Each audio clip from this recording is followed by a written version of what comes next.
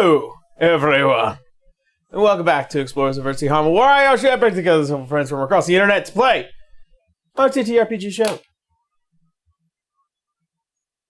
Woo! Everyone okay? Everyone good?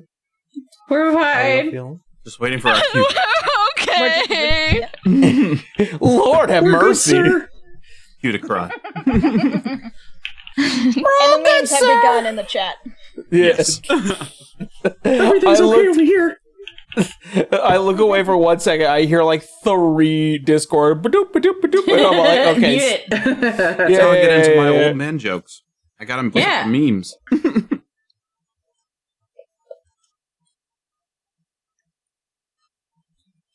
There we go.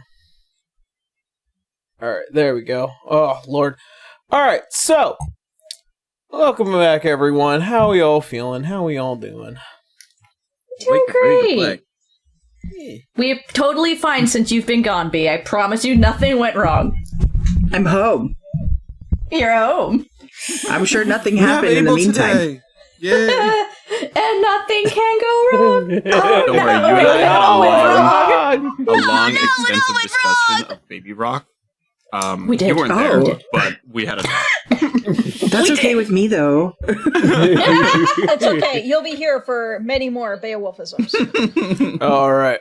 Well then, before we get on into anything, we're going to jump into some relatively quick announcements, and then we will head on into game.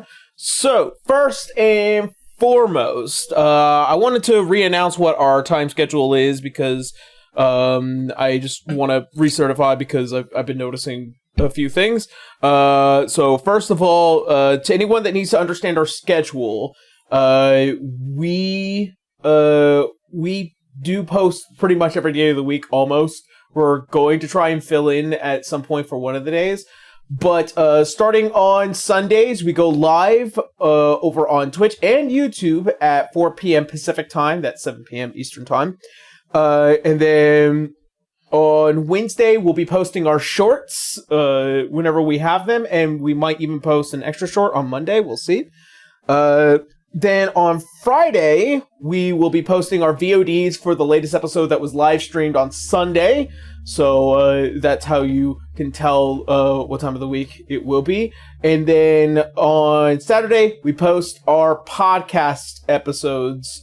So whenever we release an episode on Friday, the concurrent one will also release over on Saturday. And the same for the Patreon for the early release as well. So if you guys are trying to figure out our schedule, that is what our schedule looks like. We're trying to fill in something for Thursday, as I'm in talks with both Blue and Tara. So just keep that in mind as we move forward, because we want to reveal more to you guys in the world, or all the world stuff, and it's all inside of my head, and I can only do so much going forward and not backwards.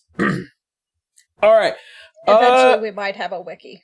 Yeah, Eventually. we're trying to look for somebody who knows how to run a wiki, but that's a song and dance. All right. That being said, in terms of Patreon stuff, in terms of podcasts, in terms of VOD, we're all up to date and up to code. So keep an eye out for all of our posts, and keep an eye out for any new content that will be coming around relatively soon. A lot of stuff is in the works, and also on top of that, we will be moving in the next few months, 3 to 4, mainly because this place has served its purpose. It will be getting a much bigger place relatively soon. It's just been very busy, and I've been very tired. We've been putting in a lot of work to try to get everything ready to go. Thankfully, our ducks are currently in a row. We have plans, and once those plans are executed, then we can start properly moving everything over. Yes. All right. So, with that being said, look forward to a lot of stuff and updates and photos and posts. They'll be coming soon. I promise. All right. I think that's it for EWE announcements for the time being. So I'm gonna leave it to you, Tara. Or no, Tara. Kendra. Tara's doing the Tara's not doing the ad read. was news to me. Gave me a shot of adrenaline. I was so scared for a second. You might be a little shitted. Just I little. might have shitted just a tiny bit. Oh, well, hey, frued no up. worries. I've got the script in front of me, so don't worry, Tara. I got you. Oh, thank God. so- Okay. We're going to start off with our sponsor, Ian Publishing, with their Level Up Advanced 5th Edition. This whole game is played with the Advanced 5th Edition stuff, and we're really still getting used to a lot of the sheet things and everything, but it is making a lot of sense. We all did our level ups recently, and it all was pretty logical, so hooray, we're excited to do more. And that book that Aaron is holding right there, fun little thing about that, we're going to be giving away one of those books sometime soon. I believe last session we did the giveaway. Because that's when the 22nd would have been up. So last session we would have had a giveaway. We will know when the name is out when the episode is released. So whoever you are, you won this book, and we're very happy for you. And you get to enjoy, remind me, 650 pages of content? Yeah. Yeah. You can do pretty much anything with this book, and it's fantastic. Not only that, but Ian Publishing is also rolling out additional really cool expansions that we're going to be making use of in this campaign and likely in future campaigns. So please keep an eye out for those. Jeez. Next up, we have Volante Design. Fantastic fashion as well as other various accessories such as desk mats. Mine is fantastic. I love it. It is so smooth and pretty to look at. And then there's Aaron, who is sporting both a shirt and vest provided by Volante Design. This is the smuggler shirt and the augmented V4 vest. Yay! So, they have all sorts of different colors, all sorts of different styles. They've got some licensed stuff. And what you get at Volante Design, you can't get anywhere else. So, it's very unique outfits, very good stuff. And it's just so cool. It's cool stuff. You gotta go check them out. They likely will have a sale on for you so you can save up to hundreds on some of these pieces. So, go check them out. Sorry! Whoop! What happened? Oh. Oh, well, anyway. Next up on the list, we have D&T. They provide you all the tea and tea accessories you could ever want. Flavors of green tea, herbal tea, black tea. They have specialty tea of the months and dragon tea series, which I think I'm going to go for that next time. Soon as I'm all done with my Underdark and Chill. Yes, I'm still sawing through that. It's very good, though. But they can provide you tea infusers, tumblers, mugs, etc. Whatever you could want related to tea, they have it.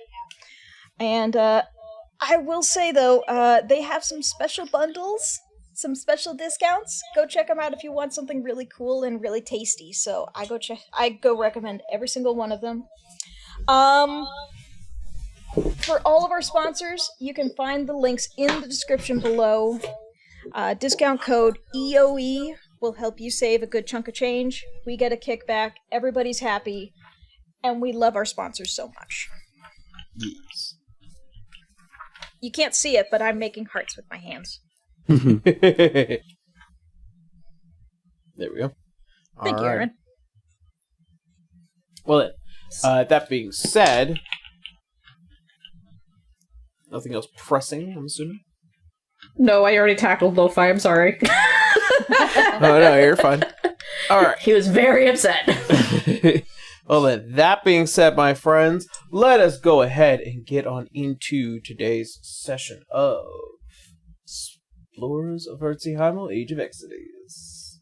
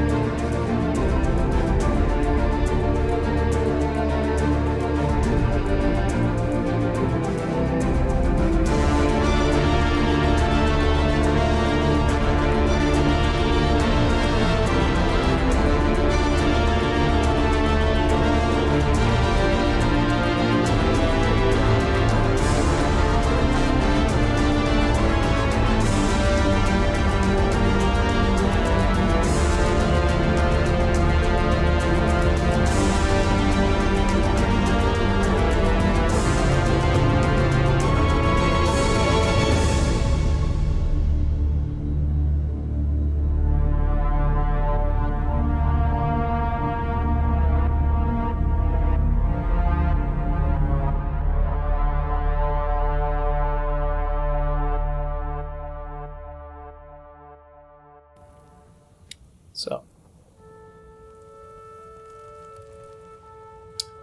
where we had last left off. After getting through the King's Labyrinth and the Luxleem Forest, you find yourselves on the 5th floor, the Bridge of Eviator. In the ascent, you guys take a couple of rests in order to collect yourselves and catch your breath, and meet up with the expedition party tasked with finding the lot of you. After some downtime and a little bit of back and forth, personal matters being arranged and conversations had amongst each other, before you could move out for the next day, you found yourselves facing off against Jorlin Ravensborough, a figure highly regarded within the cult of the Sharzan. After putting themselves between Jorlin and the lot of you, Baraccus and Seratunia commenced their battle with Jorlin in order to let you guys escape after a bolt of energy had created an opening beneath the footing of Vale. Her and Ahmenra falling into the ravine, splitting the party for the time being. As one part of the party moves forward into the upper area of the Bridge of Eviator, Vale and Ahmenra find themselves in conversation, revealing their true selves to one another.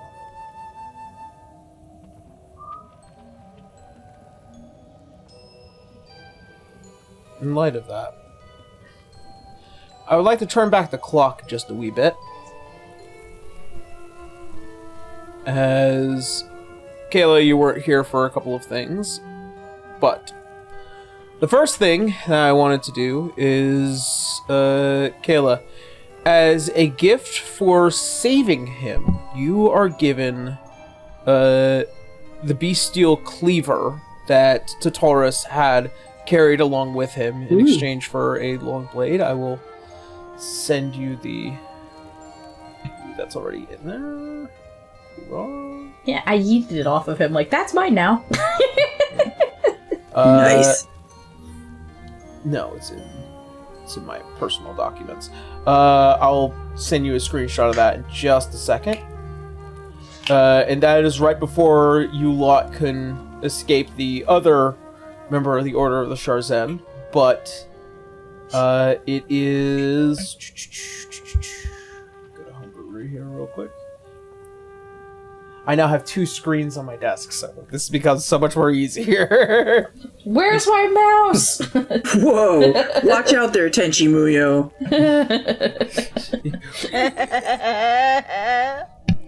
So, Material Atlas. Oh no, it's in my personal notes. Please do excuse me. It is...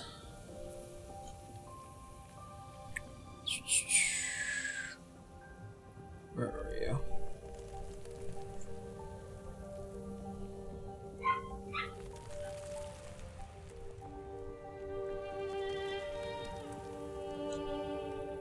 King's Labyrinth, here we are.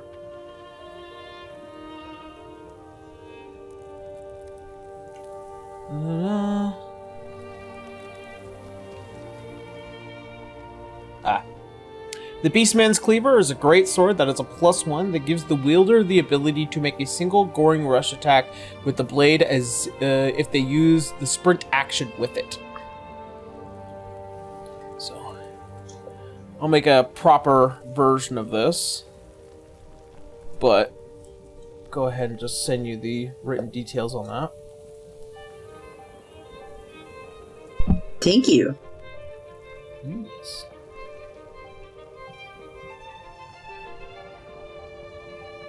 Oh.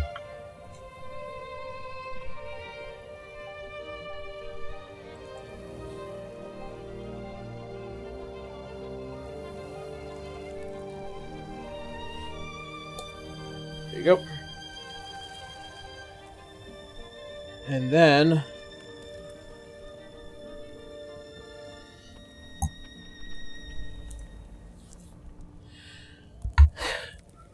as the night before you all ran off away from these individuals, you had been beckoned by Baraccus Rosewall.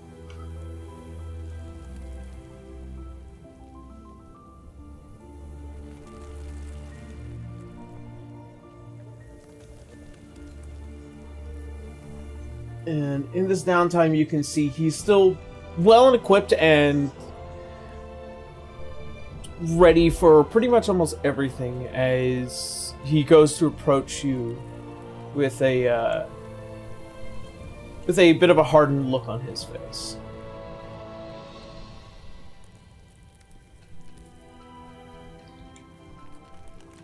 Abel? Baraccus. Moment of your time, if you will. Nods his head, follows him wherever he wants to go have this conversation. Kind of takes it a little closer towards the end of the massive ravine. As he walks along, there is this slight sense of trying to figure out how to best word this situation.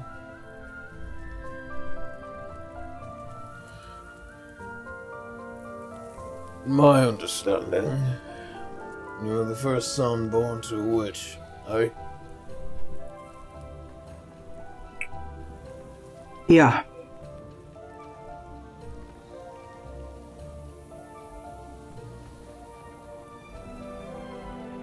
After I had initially met you, I reached out to a number of individuals. Not just to certify that, but also because I have a grave deal of concern.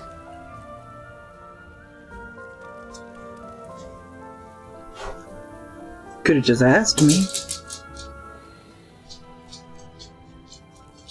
Politics of the witches are much more different than that of royals and nobles.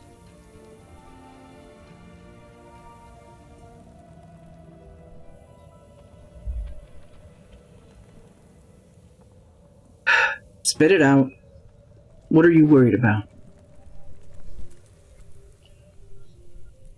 I'm worried about whether or not all goals are aligned. If you are to be Witch King, as far as to my understanding, what is to stop Orivheim from wanting to assure that your death is at the top of their list? Myself being a politician of their design.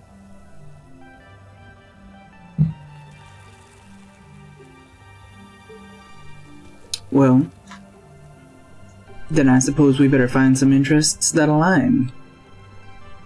At the moment, I'm not worried about the broader politics. I have specific tasks I have to complete before I can even be considered close to becoming the Witch King.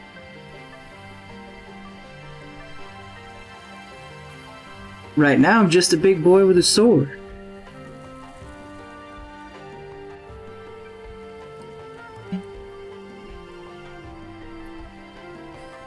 So you too are a slave to your fate. I wouldn't go as far as saying a slave, but my path is laid out before me.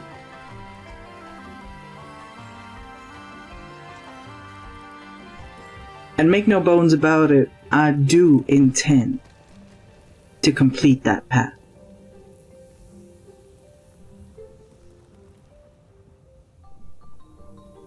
then it would do well for me to warn you. There are those who will not stop nor cease to ensure that you are disposed of. There are various people within my circles that would prefer that there is no Witch King, and that there is no collective power amongst the witches. I would be the one to disagree with them. I've heard of their work within Vale.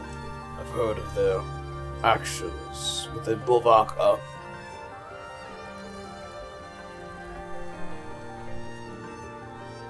I know they want to help. You seem like a good enough lad, eh? I appreciate that. Let me be clear to you, Baraccus. If I am to consider you an ally, which I hope I can, whether or not I become the Witch King, there will be collective power among the witches. You have a choice. You can allow me my path and my trials, or you could make me a martyr. Either way puts power behind my name. And if I have to die for my people to keep them safe, then I will.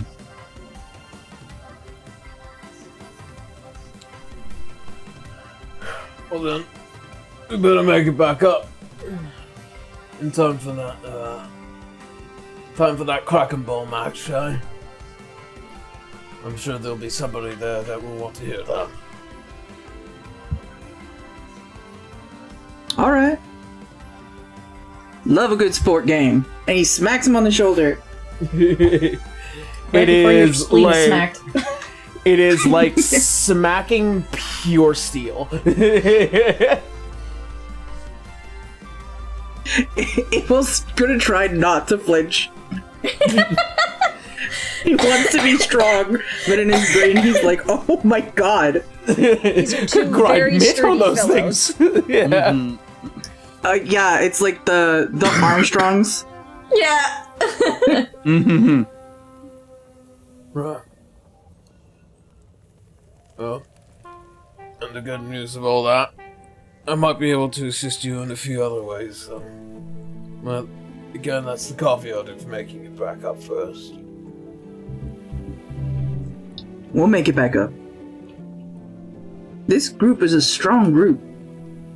They're just starting to get their feet, but I can feel it. I think we'll move mountains. We'll see. As he waves you off, and you go to turn, you notice, sincerely not too far behind, quietly, unnoticed, was Saratunia following behind very closely. And as he leaves with her, and her eyes just like have that same bit of shine as you had noticed the first night you met her. Abel is gonna do a full-on, like, courtesy bow to her. He wants to be amicable and gentlemanly even with people who may not, favor him.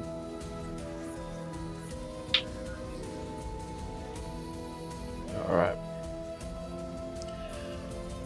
And then as the night had passed, as the new day began, as all of you had taken the effort to run away, you find yourselves continuing across the bridge of Eviator as the party is split. You lot, after about an hour, find yourself on another long bridge making its way up to the top into the 4th floor. You can hear that the battle has long since moved away from all of you and has not grown any closer, and in fact seems to have grown a bit quiet.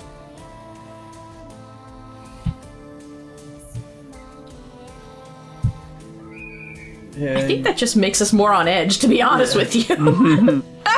you can see as, like, Ian's kind of just leaning over the bridge a bit and trying to, like, catch his breath. Just, fuck.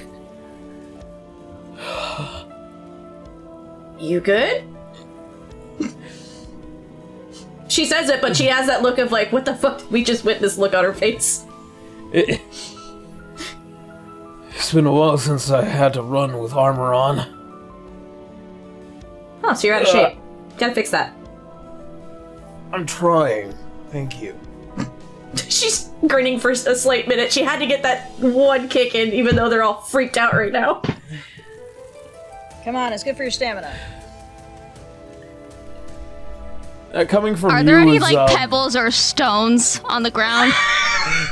Oh, there's plenty. Like, rocks and pebbles and stones fall here all the time. It doesn't get just swept up. People just kind of toss it over. Briar's going to discreetly kick one at him. Yeah.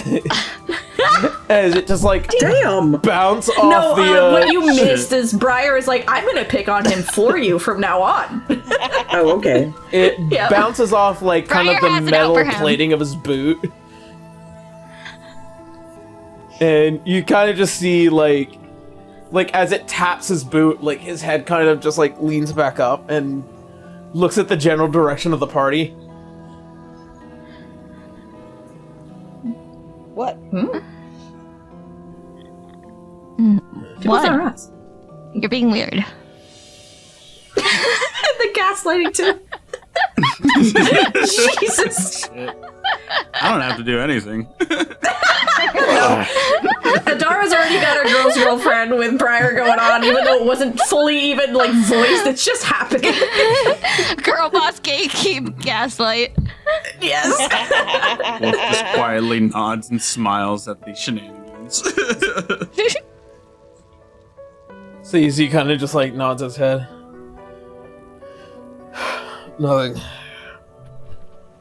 Alright, come on. Onward, forward. He would have a bit more knowledge of the dungeon since he's been down here often, I guess, or more than these guys have anyway. Yeah. Okay. Adara wouldn't be, like, pissy about him trying to take lead with someone who knows where we're going, you know? Especially since we don't have Veil anymore. For now. Stop telling people I'm dead!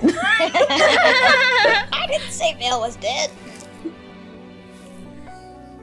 See, as he kind of just moves forward, he reaches under the jacket and he pulls out with what looks like to be this this small kind of torch device with what looks like to be this massive glass ball on the top. And as he kind of flicks it one way, it produces a light effect as he raises it a little higher. Is this a flashlight? It is a torch, a magical torch that produces It's a the flashlight. magical light It's a flashlight. effect. Yeah. So to kind Suddenly of we're in acts as a Phasmophobia. light smell, yeah. We're in Phasmophobia, everybody! Shit! Don't piss off the ghosts.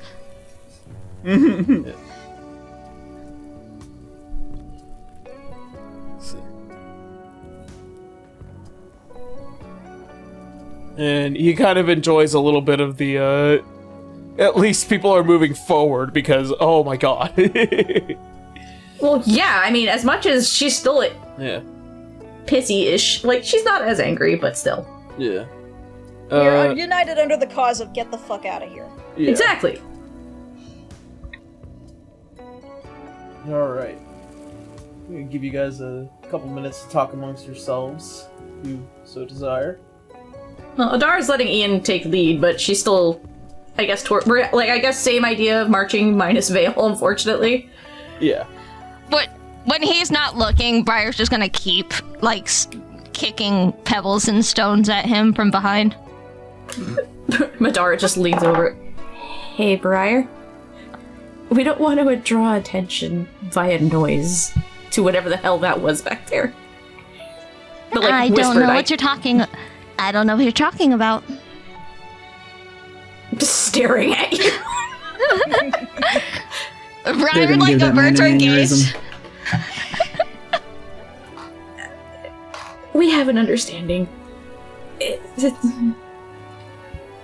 But by that, she means Briar and her. There is nothing taking place that is not deserved. I mean, I did talk to him the other night. A lot of it did you now? Yeah. I challenged him. He's got to get better. Skill issue. Okay, but did he apologize? Yeah. Further sincerely apologize. Yeah, I think he did. Okay, good enough for me. Doesn't mean I forgive not him good just enough yet. for me. Damn. I challenged him to be my rival, so he's got to deal with it. You see as he kind of like turns around a bit and like stares at you, Briar, at just the slightest comment of that. Did you hear this? Yeah. I rolled a perception check. It's he's been listening. Briar just It's not that far apart, guys. Briar just looks at him walking in a straight stone-faced. She's completely stone-faced. Kicking rocks at me. What are you, 5? Oh, I wouldn't do that, Ian. Big talk from a dishonorable little piss baby. And here it goes. Dara's just like, I can't control this. You started this, Ian. Have fun. 100 years old. This is hag behavior. Excuse you. Excuse you. You will not insult my party, especially Briar. You gotta learn. You He turns are around and keeps walking dishonorable, forward. you are cowardly. What sort of man strikes at a woman after a battle is done?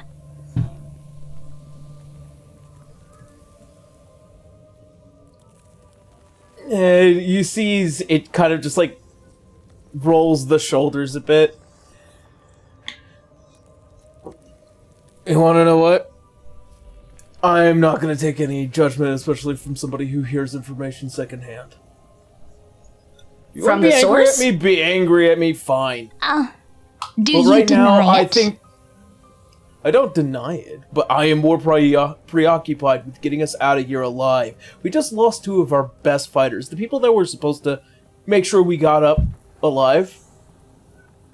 And we also lost Ahmenra and Vale. I hope you understand that. That is also another concern of mine that I am trying to calculate for. So thank you for your commentary about my former love life. No, this wasn't commentary about your love life. This was commentary about you as a person. Okay, so thank you for your commentary about me as a person.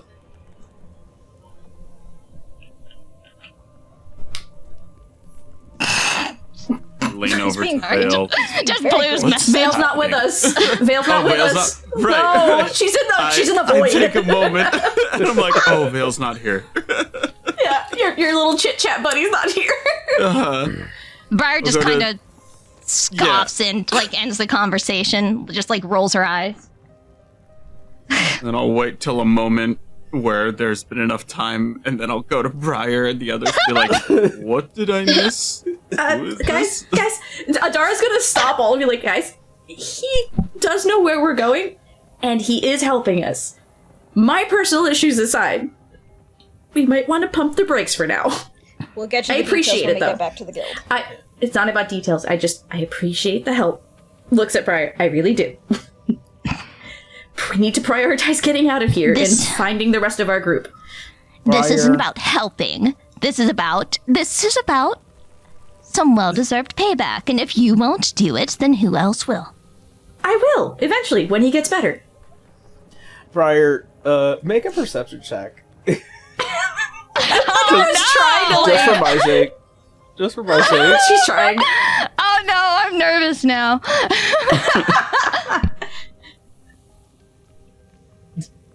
20. 20. You just barely hear the muttering under his breath. Would not be the first time that I've dealt with a bratty princess type. Did Dara hear this? No. With a passive 18 perception? If anybody heard it. If anyone was gonna hear it, it was gonna be Tara. Excuse me. Briar's not gonna take that laying down. She looks Oh, no. pissed. She's crushing his her hand. fist and she's stomping up to him. Are you running your mouth? Can Abel run ahead from where he is up to between the two of them? We literally cannot hold her back, Ian. Don't. We can't. Physically Hey, cannot now. touch her.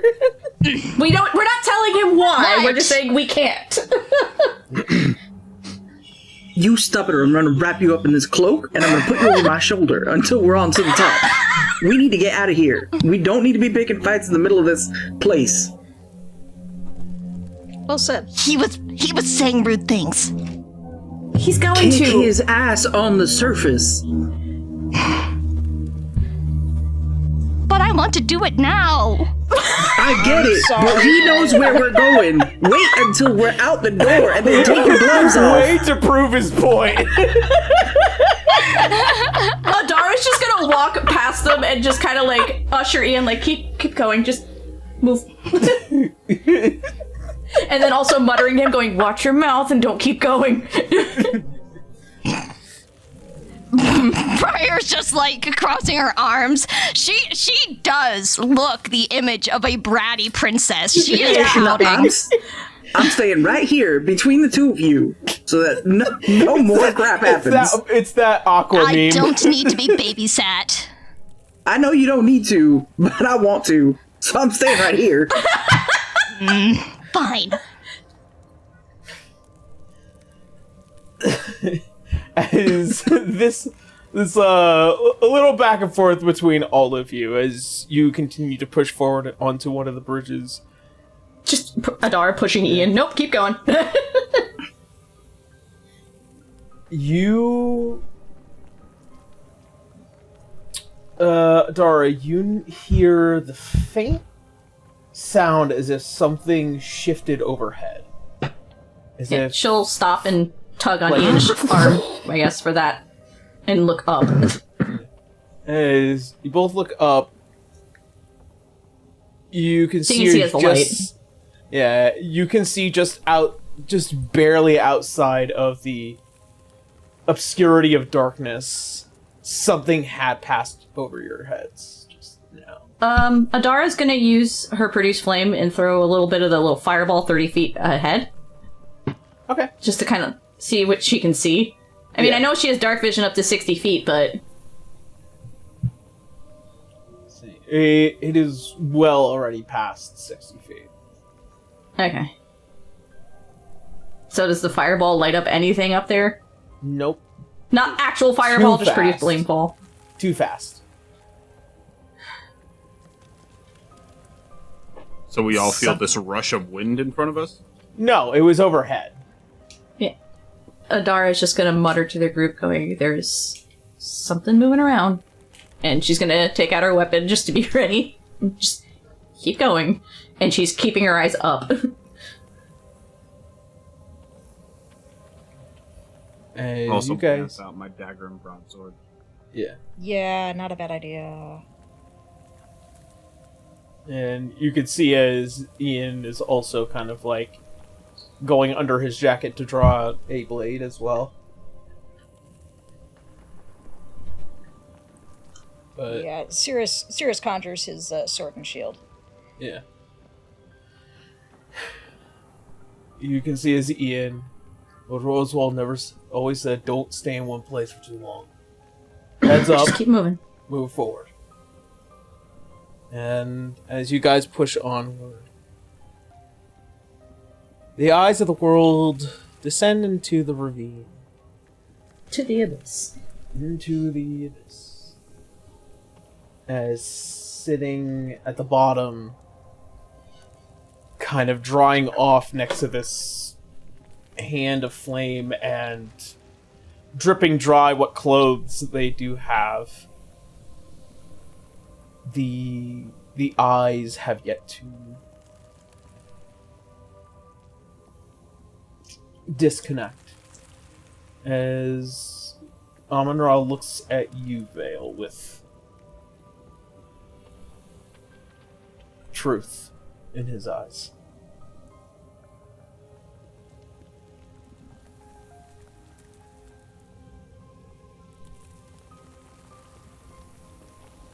There is just a moment where she's just completely still. And then finally everything just kind of comes back to her and she's just... What do you mean? I mean what I mean. I am Ifrit. At least to you. At least to the rest of the world.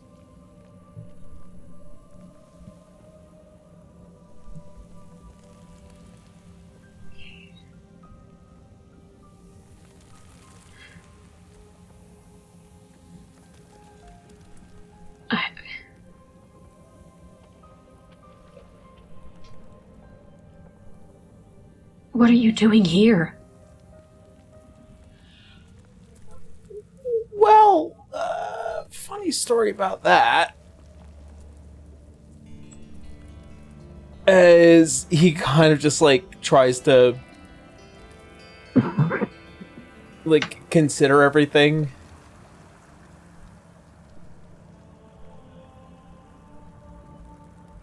How do I even begin with this one? Alright, so I guess with everybody that kind of already got a feeling something had been off for a little while now. That's because I'm, for better or for worse, banished. Vanished? I messed up. Pretty bad, almost cosmically bad. It got a lot of people hurt, and now I'm tasked with fixing it. 6 tasks.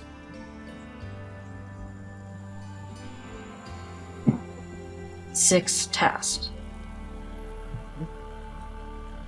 And the first one is to assist with Lord Brimlight with anything that he needs.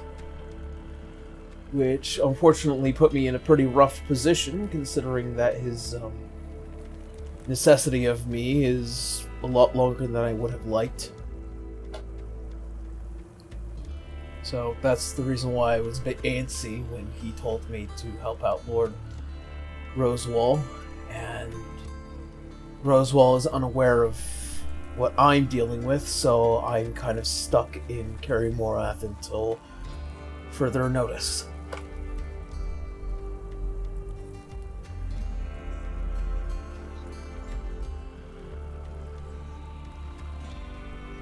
And your next task? Will be revealed to me after I finish my first. So, you are on a road of trials of redemption, basically. Or...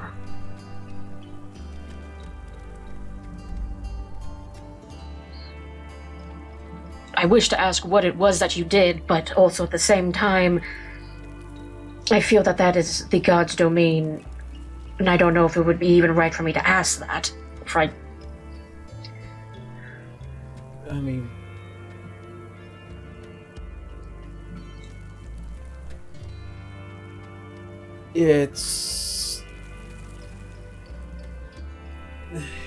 It's not hard to describe, it's just that I prefer not to. At least for right now.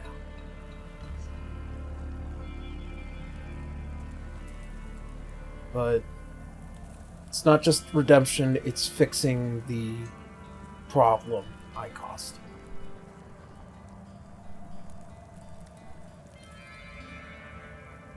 She slowly nods. But hey, what's life without a few trials, huh?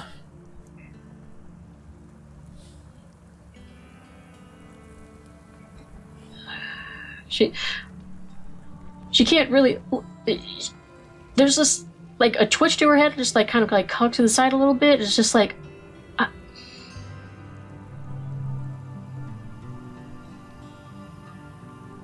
This is a lot to take in, and I don't really know how to respond to that. And honestly, what you just said is a bit irritating, but it almost feels you're supposed to be my god, and I'm not supposed to be irritated at you. That's disrespectful, but at the same time... You can be irritated. Never... I don't think punishing people for being upset with whatever actions I take, I don't feel like I should control any of you. I simply am because of you. And I do mean you quite specifically. Me? Well, it's hard to describe in the best way possible. I can try, but that night, years and years ago, I heard you, and I found you in that dark place. That was the first time I had ever actually felt the powers of divinity.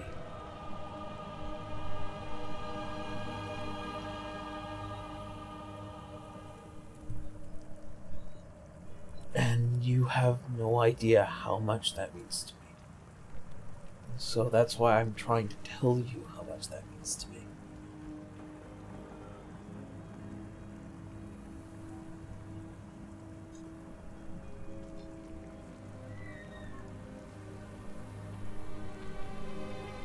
The dreams. You said you became a god because of me.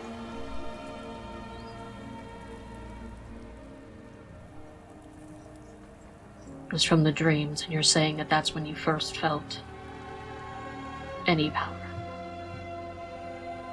Yeah.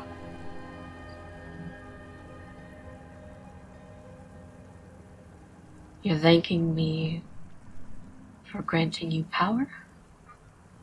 I'm thanking you for granting me this strength.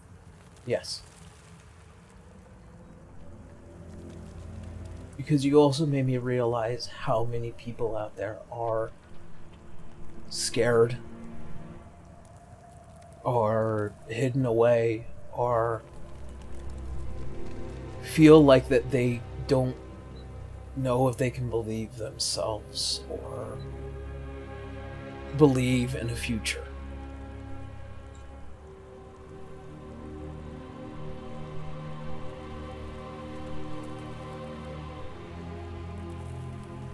Whatever it is that I do for people, and whether it be the wind beneath my wings or the very call and force within my soul, I can hear each and every one of you. And it gives me every possible reason to want to help.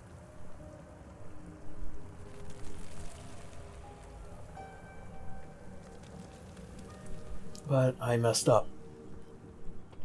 And now I can barely hear you all. I can just touch the essence of that strength.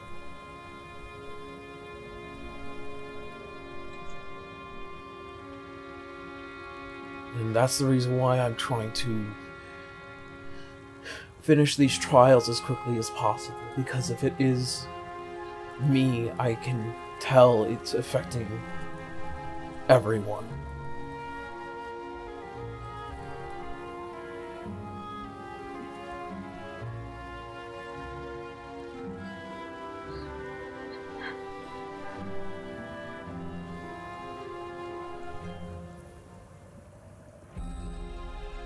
That's difficult. I imagine. I mean, getting used to the mortality of it all is very interesting. It's pain hurts a lot more. Hunger is definitely hungrier. I don't heal like I used to. I have to sleep now more often. And my ability to kind of fly around like I used to is reduced. So yeah, it's a little difficult. A little bit. That's not what I meant.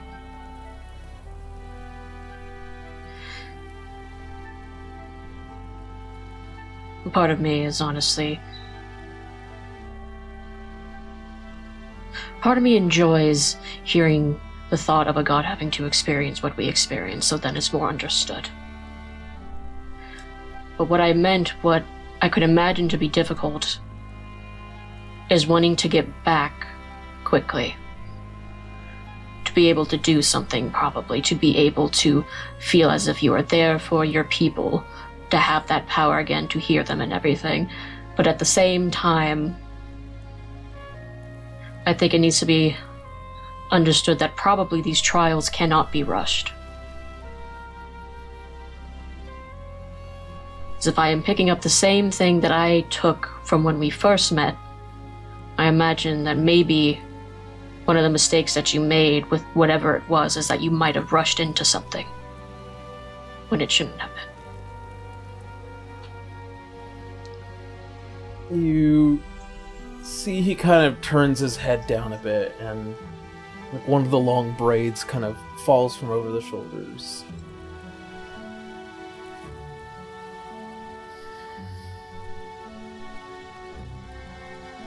Yeah. Yeah. Yeah.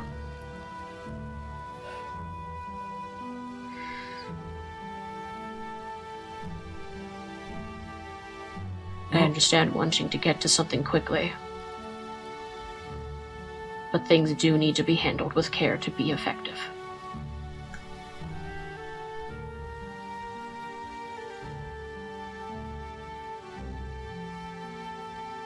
I'm still learning this myself at times. So it's only easier for me to say this now because I'm not you. Kind of crosses her arms.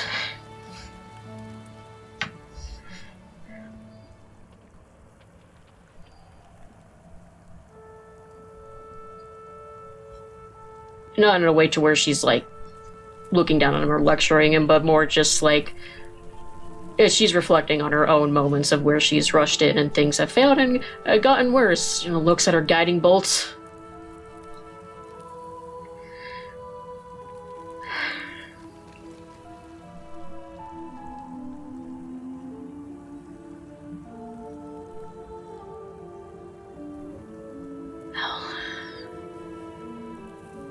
This is a lot. And she kind of slowly changes back.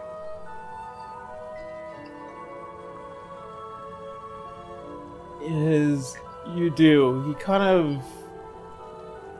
It's your insight. Passive insight 16. Okay. he's not gonna, like, really hide it, but, like, there is a kind of a face to him that's all like, aw.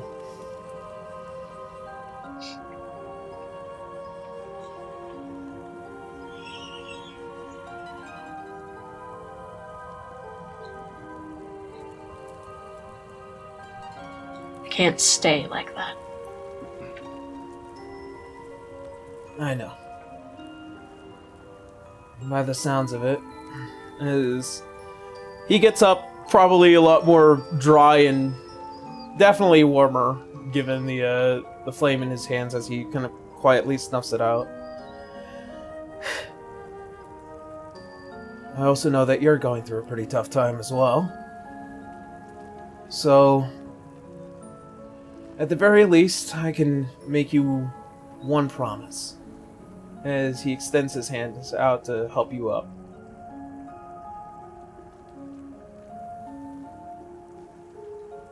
When I finish my trials, I promise I will do everything in my power to make sure that you can live in a world where you don't have to hide this. 'Cause I like the real you. It's beautiful.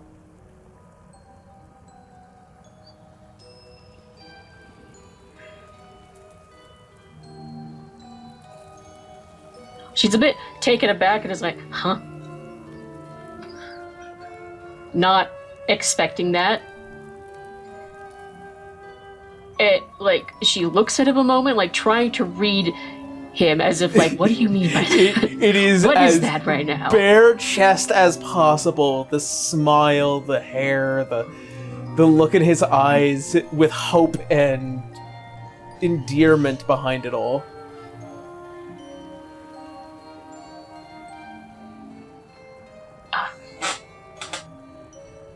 I see.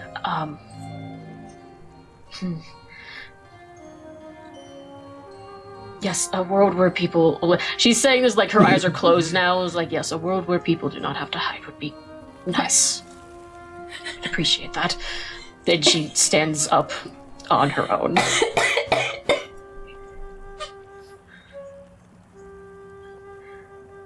We should be good to continue on now then. You can see that there is like this unending look as you kind of turn to re-equip yourself. And not too far off, Vale, is you're probably the one that pays the most amount of attention. You can hear in the direction where you guys are supposed to go as you need to walk up the river of this ravine. You can hear the sound of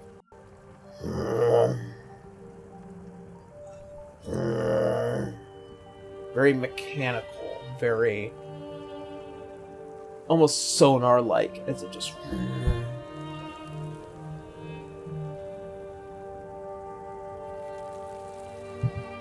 makes a little bit of a face and will point it out to him.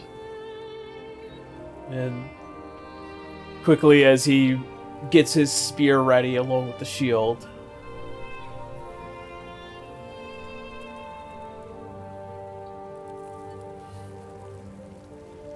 For each of you, you find yourselves in a tense situation where you can feel floating over your heads this presence, the sound of wing flaps, and this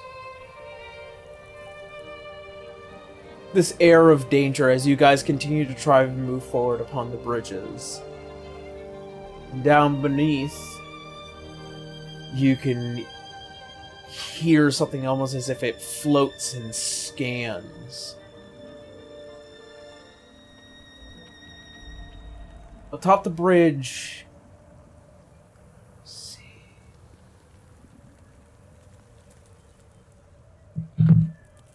Cirrus.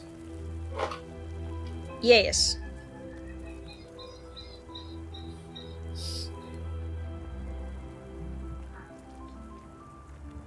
You can hear the sound of something quickly making its way at you. And Heads up, guys, something's coming. as it breaks through the darkness and just barely the light, you notice this kind of long, tendrily-like creature with two massive claws at its back and these huge, dark bluish wings as they extend out from the darkness as this draconic-like maw comes at you. Oh, jeez. Oh gosh. And Ceres, Uh-huh. that is going to be a 25 to hit. No, it won't. Yeah. No. Yeah. Sorry, but yes. What the hell is that? Nuh-uh. My shield only gives me +2. I'm sorry. So, Nuh-uh. I said nuh-uh, so therefore it doesn't. so first of all, you're taking 6 points of slashing damage as these massive bat claws come and grip down upon your shoulders, and I need you to make me an escape DC of athletics or acrobatics. Okay, athletics, acrobatics. I don't have a boost to either. I go. Well, actually, no. My athletics gets a +2. Okay. So that would be. Strength. That should just auto-grapple you? I guess so. Okay, so It's an escape DC. natural 20. That's 20? Yes! Alright. As you manage to throw your entire weight down, it just slips through the claws, and you see as it flies back off about 40 feet as you guys see a wyvern come to attack you all. We'll get to... Oh shit, Rush and guys. stand in front of everybody. Oh yeah, no, Adara is going straight for her brother like, no! Yeah. As Shit, that hurt. over off But he's standing, down he didn't below... go prone, right? I imagine he might have gone to a knee, just like, ouch. But he's not prone, no. Just checking, are you okay? Are you okay? Like, that was spoop. You can see that his sleeve is now very much drenched as he is now bleeding Yeah. quite And- prominently. I'm gonna kill that chicken. Down below within the ravine, as it kind of circles off to the side, you, Vale, you notice something kind of almost like this somewhat... Vale's not here. No, I'm talking No, to he said Vale. down in the ravine. Yeah. Oh, okay. Sorry. This kind of almost like helicopter-y like creature as it kind of spins to keep itself afloat and aloft. As it levitates over, you can hear as it releases the sound of and you can see what seems to be like these large kind of like mechanical red eyes kind of like staring left and right, just like kind of looking and scanning. And as it does, it scans both you and Ahmenra as it passes. And you begin to hear... Let me double check and see if you have that language. Ah, you do. As it speaks in Primordial, you hear security alert. Security alert. And moving to Defense Mechanism Alpha, as it lowers itself down onto the ground, and you begin to hear as there are these tiny little feet as it kind of just now begins to kind of block your guys' path.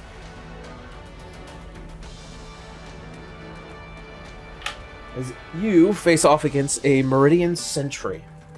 And with that, it's time for a fight. They're fighting the Garleans? Sorry. I thought the exact same thing.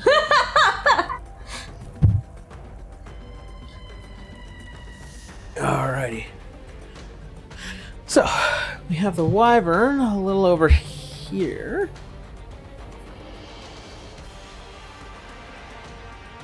I see what you did there. Nice. Is that in the marine? Is that them in the ravine to the right? Yes. So this is where We can't see Ahmenra- them, but Yeah. You guys can't see them because technically you guys are several hundred feet high. Several. Alrighty. And so, with that, I need everybody to roll me initiative. Oh boy. that is 24. 24. That is a Well, that that's is a a natural 16. 20, so- 18. Damn, Abel, get it. Springing into action. Oh, Nat 20, Tara. 22. Oh! Yeah. Nice. Tara, what is your Fuck dexterity? Okay, so you'll be beneath 8. My modifier or total? What number does your dexterity say? The big one. 13. Say it Mine one more says time for me. 12. 13. Okay, mine's higher, so. Okay. So you'll go first. Yes. So usually, whenever we roll initiative, if you roll the same number, whoever has the higher dexterity score, not modifier, goes first. It goes a lot faster that way.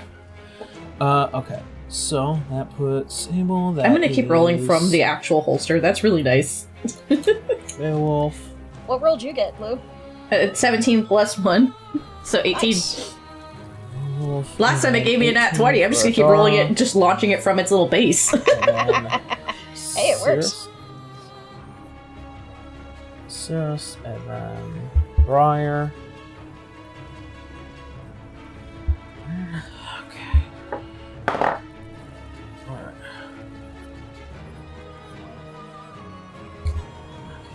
13 is for Ian.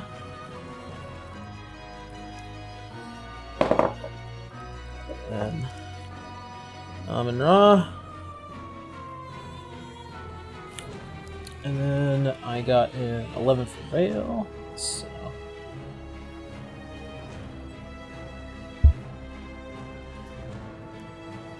And then the Sentry. Okay. Alrighty. So, top of the round, we got Abel. Alright. Got him all the So- way over here. Okay, and this thing is flying above us on that thing. Yes. Alright, I think Abel is gonna shift. Just out of an abundance of precaution. Okay. And I don't think I can reach it, so I will hold my action until I can take a swing at it. Okay. Or if it swoops down. Okay, sounds good. Alright, and so that will be the end of Abel's turn? Yup. Alright, Beowulf, you're up. All right.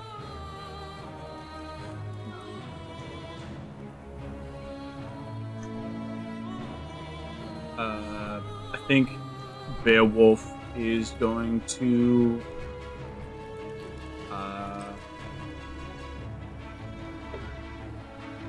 How far is it from the bridge? Let's see. About 15 feet and then 5 feet high. Okay. Not gonna quite jump for that. I think Beowulf will just procure a throwing dagger and huck it at this thing. Okay.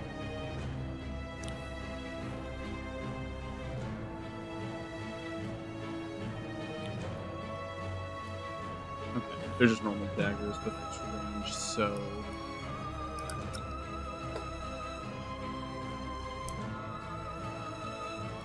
Question, are only the weapons that come from my vault the ones that I can use with charisma modifier, or is it any weapons I wield? It is only the weapons that are in your vault. Gotcha. Okay. Instead of throwing this dagger, I'm going to take it, and it's going to have this insane velocity to it as I cast Catapult on it. Nice. Yeah. Aiming right for this wyvern's neck, just beneath the jawline. I cast Catapult, it needs to make me a DC 15, I believe, Dexterity save. Alright, let's see. Yes.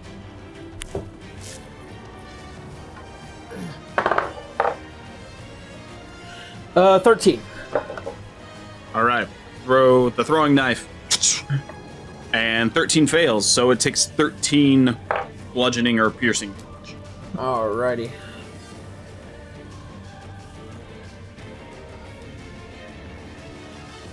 Yeah, as it just goes into the neck, it goes. Ah! Right.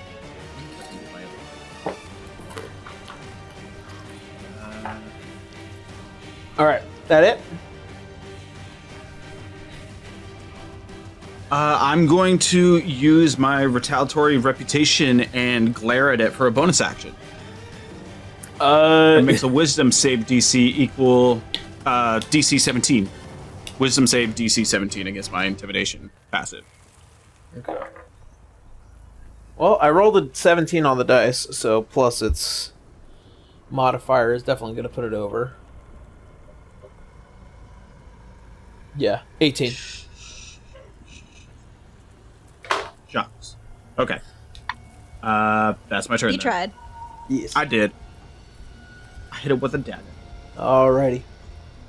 Then that will be the end of Beowulf's turn.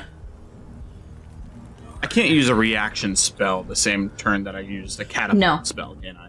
Okay. Yeah. That'll be all then. Alright.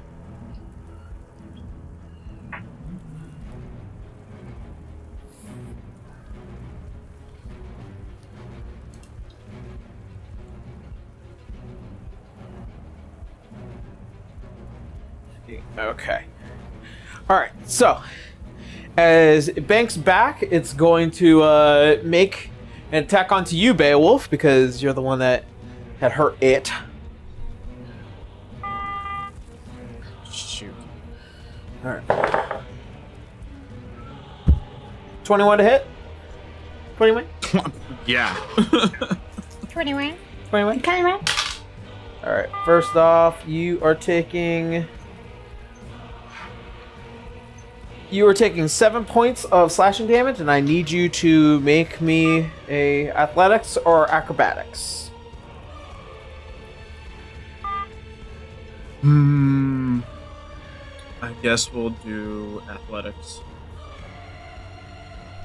Not swole though. But that's an 18. An 18 will keep you safe, as you also equally throw your weight to the ground, slipping out of its claws. As it comes down, tries to hit you, and then just flies back up, and then goes further into the darkness.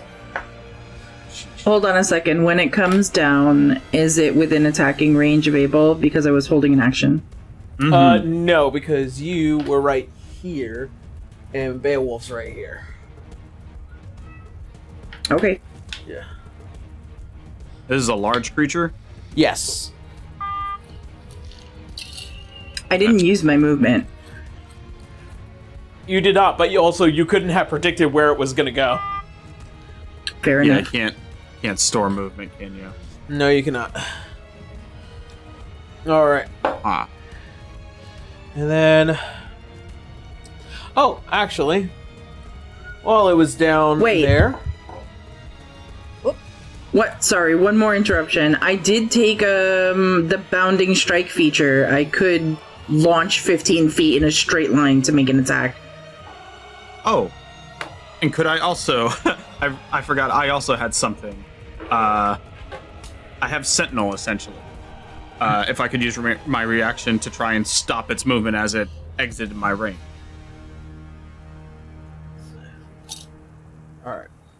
So since I'm already shifted, if I jump 15 feet in a straight line to make an attack, and it should be a straight line between me and Beowulf. Oh, okay, so here's the thing. You dictated to me that you were holding your attack. Yep.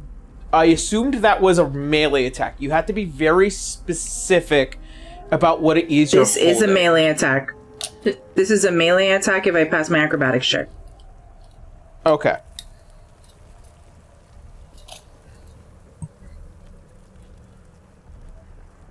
So, will you allow it, or should we just wait till next turn? I said okay. Okay, I just want to be sure. Yeah.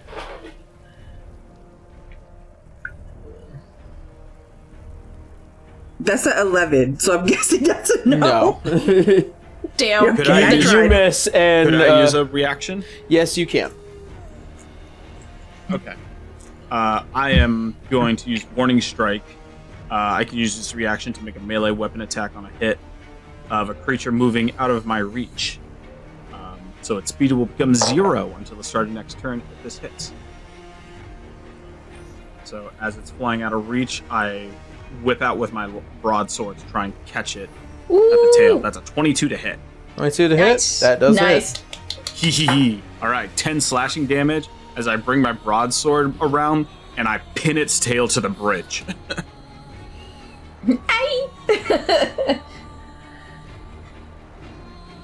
Yep.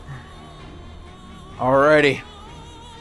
Releasing a rather guttural scream at that. However, I wasn't done with the wyvern's turn, by the way. Well, he's stuck now.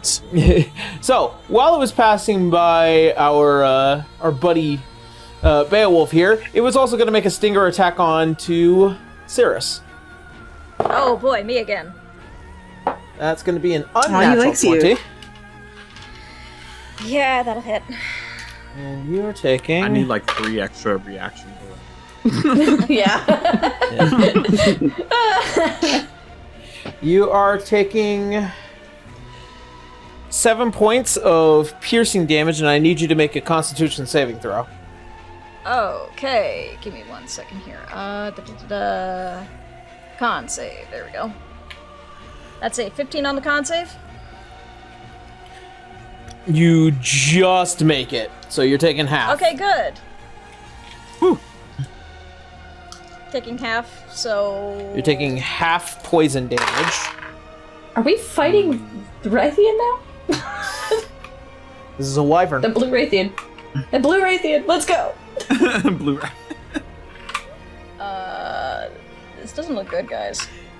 You are... It is a wyvern. We are level 2. You are taking 6 points of poison damage. I'm down. Shit. Alright. That was 1 hit. That was 2 hits. Yeah. Also, he's a I thought it sorcerer. was like Yes. a strike and then poison damage. No, Cirrus got attacked before combat started. Oh, Yeah. gotcha. Shit. So, yeah, ow. I'm down. Well, fuck. Does anyone have healing packs? Because I don't. And unfortunately, I can't use a reaction to help. We didn't get any potions when we came down, did we? Sure didn't. Yeah, that's They so. seemed pretty confident that we were losers that were going to come back after the first floor. Except we dropped 10. I know! We were so Oopsie. unprepared, and they were such jackasses about it. Yeah, so, effectively, Adara sees Cirrus just take all this damage and just... Ow! Oh, Man yeah, down. no. Down on the ground. There's panic and rage in her eyes right now, because there's nothing she can truly do to help him, I think, Aaron, with this. She doesn't have healing spells, unless there's a way to heal? There is a medicine check that can stabilize, and that's all I got.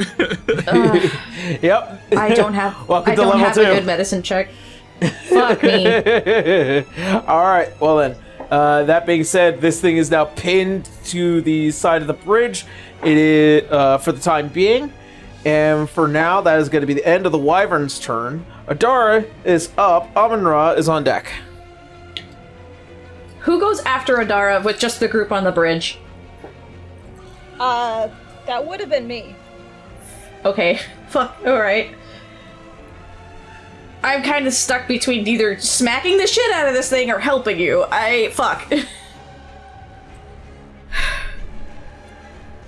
I can't make that choice for you. If you smack, I'll try to stabilize Cirrus next round. Okay. Sure.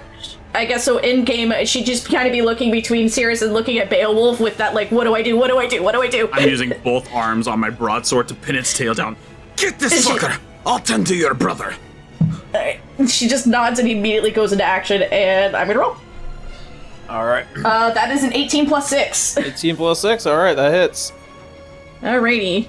So she just nods and then immediately screams and runs at this thing and starts stabbing at it. I have to... Here. Ignore the 20 roll. It is 11 slashing damage. 11.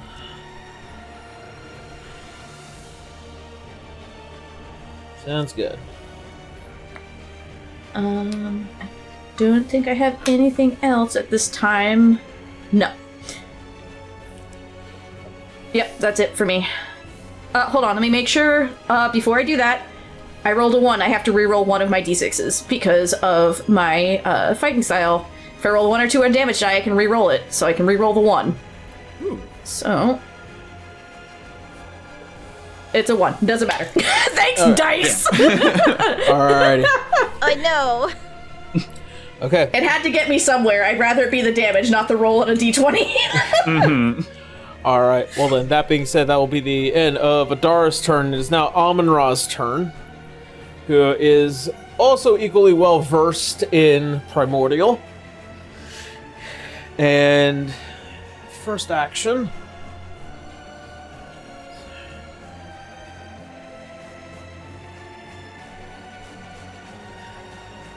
as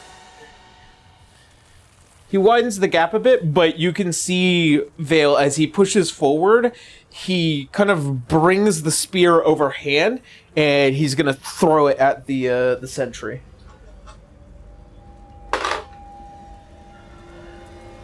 $19 to hit, and that is also going to be with a smite, because he's not here to fuck around. Not here to fuck around or find out.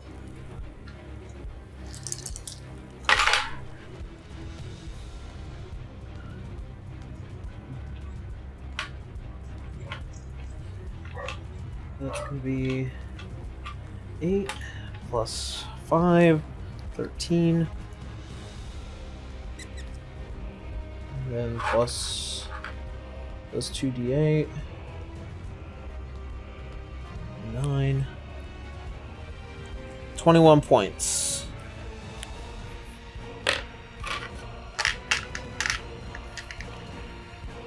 Let's see.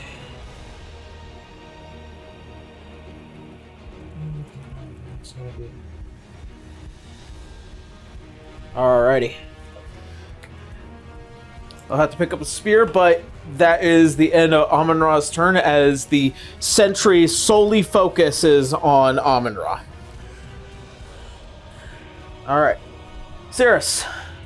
First of all, mark down a point of fatigue, and then roll me a death save. Okay, give me 1 second here. Roll that 20. I will certainly try. I've done it once. I believe.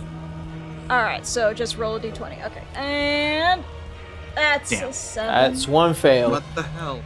You have to get a 10 or higher. Cirrus. Yep. You hear the faint sound of snakes slithering around you, and the faint flap of a feathered bird in the veil of darkness. Alright. I know who those people are. Ha ha ha. Alright. Briar, you're up. Alright. Screen's blurry, but that's the wyvern behind us, right? Yes. Cirrus is down behind Adara, and you got the 3 bigger hitters up front against this thing. Okay. How many feet away from Briar is it now, approximately? Let's see. Approximately about 20. If Briar steps forward, is this out of like arm's reach? Just He's pinned to the bridge right now. Yeah, he's up against the bridge, but there's also an Abel, a Beowulf, kind of standing in the way. Okay. In that case, I might just Ray of Frost this thing. Okay. Go ahead and make me a ranged spell attack. Oh, 19? 19 hits. Yep. All right, so it takes 3 cold damage. All right.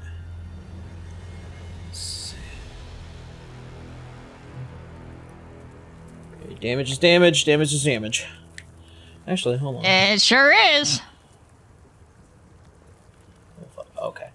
All right. Sounds good. Alrighty. And that's it for Briar's turn? Yep. Alright. It is now the sentry's turn. As the sentry... Let's see.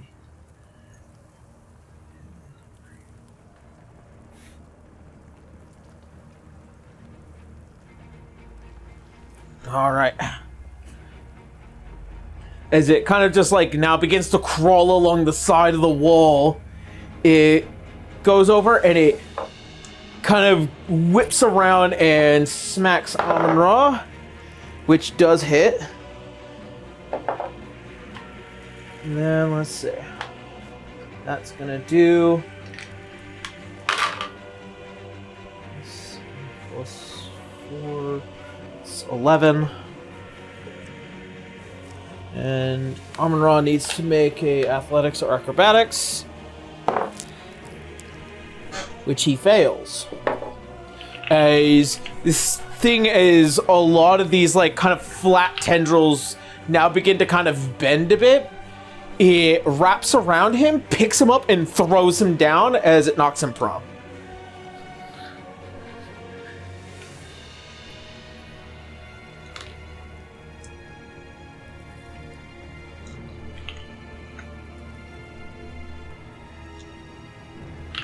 And as soon as it does, you can see as one of the large mechanical red eyes begin to kind of bend down and extend and look at you, Vale.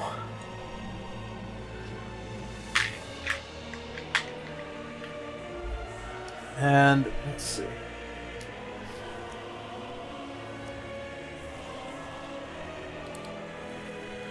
That's gonna be him. Alright. Next up is Ian.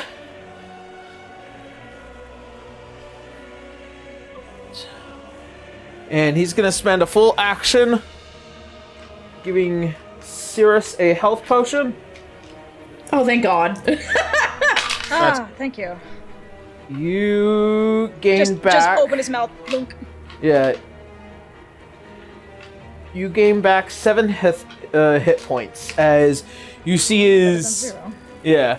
You see as he kind of just like picks him up by the lapels of his shirt, pops the cork, and then just jams it into his face. Adara is watching that, and she's looking at Ian with that she's got that like feral look in her eyes, but she gives him a nod of thank you whilst trying to stay focused with the thing in front of her. As he just tosses the glass over the bridge and is just like, just drops Cirrus's back down. Oh, what an ass. Before standing up and then turning towards the wyvern, keeping the torch pointed in his general direction. Alright, and that will be the end of Ian's turn. Vale, you are up. And Did Abel, he you're on deck. redeem a little bit, I guess, for Briar? Yeah. The jury's out on that one. I mean, I'm not dead, so. Oh, I have a question. God. What's up? Do I know about this thing, like what it is, like a century to, like who would have built this sort of thing? This is a bit of a conversation, especially within the dungeon. You know very limited about these sentries, but they are regarded as a Meridian sentry because nobody in the world makes it, and there's only like one place that might have the answer to that. So they just started referring to these things as Meridian sentries. Okay. So what is the guess to who would have made these? It's probably the country of Meridium. Yes, and what kind of people live there?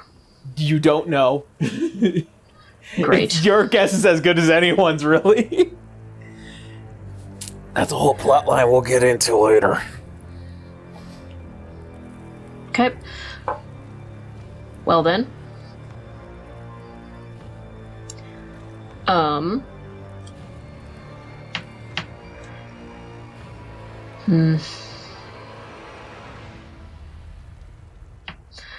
I will go forward as far as I can. Okay.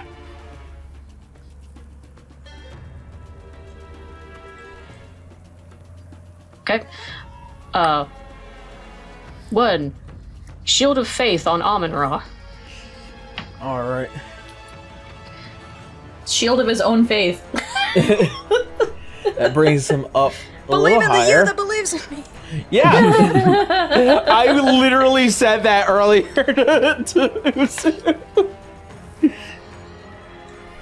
And then, with both of my blades out, I will attempt one attack onto it. And also say to Ahmenra, just... I have an idea. Don't destroy it too badly. Fair. Darn it. It's only a 14. 14, unfortunately, no. As you go to strike, you see it's like one of the large, like, mechanical blades that have, like, this almost fabric-like design to it as it just bats the blade away before it kind of shifts over, and you begin to hear failure to alpha action, moving to delta. Okay. And that's all. Alrighty. It is Did now... the Omega fight hurt you that bad, Aaron? Not enough. Not enough, apparently. Alright. Abel, you're up. Beowulf, you're on deck. Alright, Abel's gonna try and stand on the banister and swing at it if possible. Okay. As a wolf? Woo! Yeah, with the All right, sword. you're right up against it.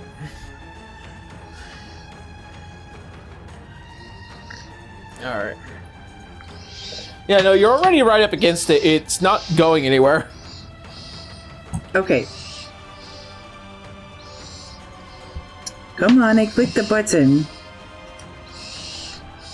12. 12 just barely misses as you try and reach up with the Beastman's cleaver. It just manages to kind of flap out of the way just for a moment. Alrighty. Malphite, you cannot be the voice of Abel. I'm sorry, buddy. Baru. It's okay, he can growl for him. Alrighty. Well then, that being said, that's the end of Abel's turn. Yep. Alright. Okay, but Beowulf. imagine this big bad wolf having a little Lo-fi Alright. boof. Alright, Beowulf, you are up. Okay. Sirius is up, so... Yeah. Sirius is up, so I feel more confident turning my attention back towards this wyvern. I think I'll go ahead and make 2 attacks against it. Broadsword, dueling dagger. Okay. Alright. So, broadsword coming in. 15 to hit. That will hit. Nice, All right. nice. 13 slashing damage off of that. Ooh, very nice. Thank you. And then I'll follow it up with a dueling dagger in my offhand. That's only a 14. That's a 4 that's does a not nat hit. one. Wow. Alrighty. As you go and That's my action strike bonus the ass of this thing, and that will be the end of your turn.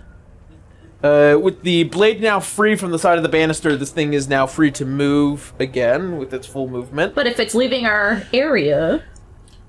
Well, that's going to be an interesting notion here in just a second. Mm-hmm. Anyways, first of all, it's going to do a claw attack onto you again, Beowulf, since it's right up against there, and then a stinger attack onto you, Adara.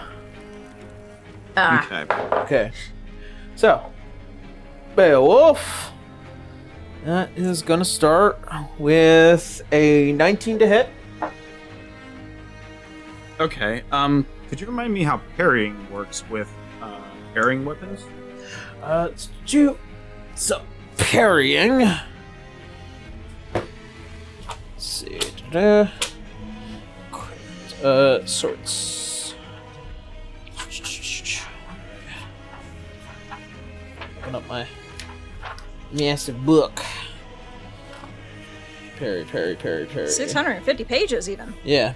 While you're wielding this weapon and you are not using a shield, once before your next turn, you gain an expertise dice to your AC against a single melee attack made against you by a creature you can see. You cannot use this property while you're incapacitated, paralyzed, rattled, restrained, or stunned. So roll 1d4 and then add that on top of your AC.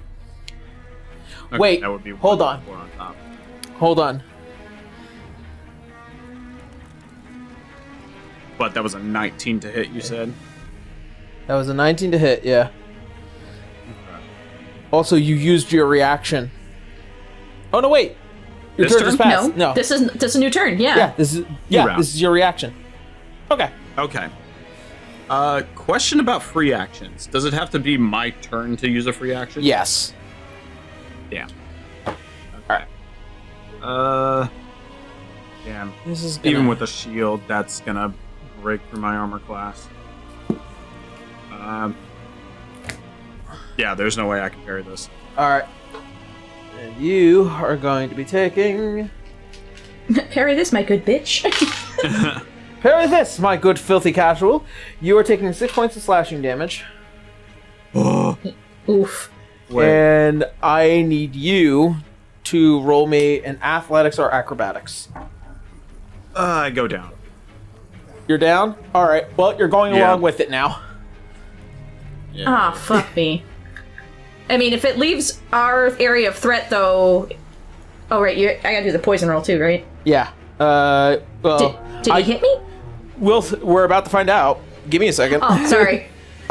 I was like, oh no, did I forget the roll? Shit. Wait, I haven't used my I haven't used my reaction yet, have I? Or No. a spell. If you were to parry, that's your reaction. I forgot one other thing I have that I could try. Silvery barbs. Yeah, that's true. That is my best hope at not going down. And you give advantage to the next person.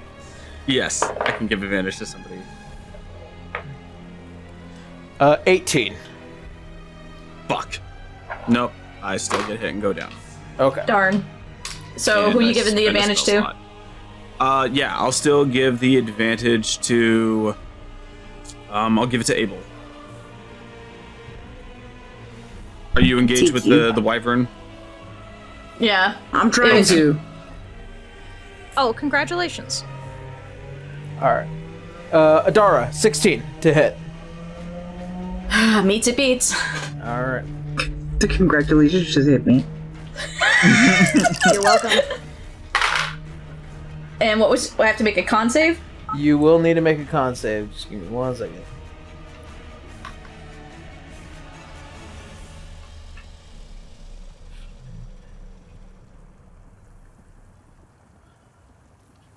You are taking 12 points of poison damage. Okay. So, roll for the save and see if you take half. 8. 8, you take the full damage of that. I'm down to 10, but my reaction I can use is going to be catch your breath, because hell yeah, I'm going to roll a d6 plus 4 to see what much I heal. Okay. And so with that... It's just 4. Oh no, there, I rolled the wrong one. I did a full 6, so 6. So another 10, I go back up. Nice. Alright. So plus 10 back up, so I'm back to 20. With that... If he moves, I will. Oh, when that was my reaction. Never mind, I can't. Yeah. But Abel can, right? Abel could. But... You want to smack at him? Yeah, I do. Was the strength check to see if, like, the wyvern was dragging me off the bridge or something? Yeah. Or just pinning me down? Grabbing you. Well, I rolled a 22 on that smack. 10, 20...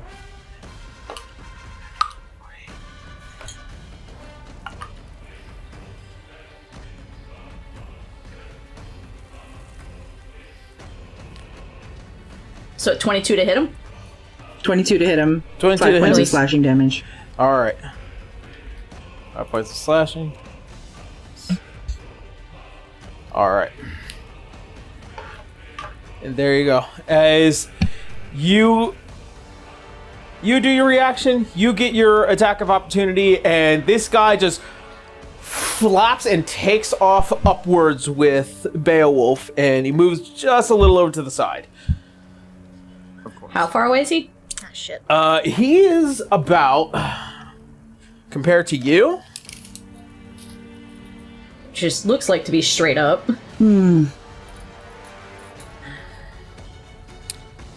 He's taking about 45 feet into the air from Adara. Yep. It's around 245 feet around.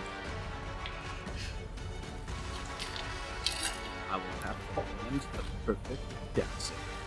You're 45, not 245. Well, you're Aaron said that we're over the side of the ravine, Hundreds so of feet. Oh, Yeah, yeah, hundreds of that's feet in the true. air. Yeah. Not if we can catch you somehow. I'll The say strength hello of to players Vale are still very up. quickly. I'm Abel and Adara. Hold on, we got this. alrighty. And with I that, could throw you.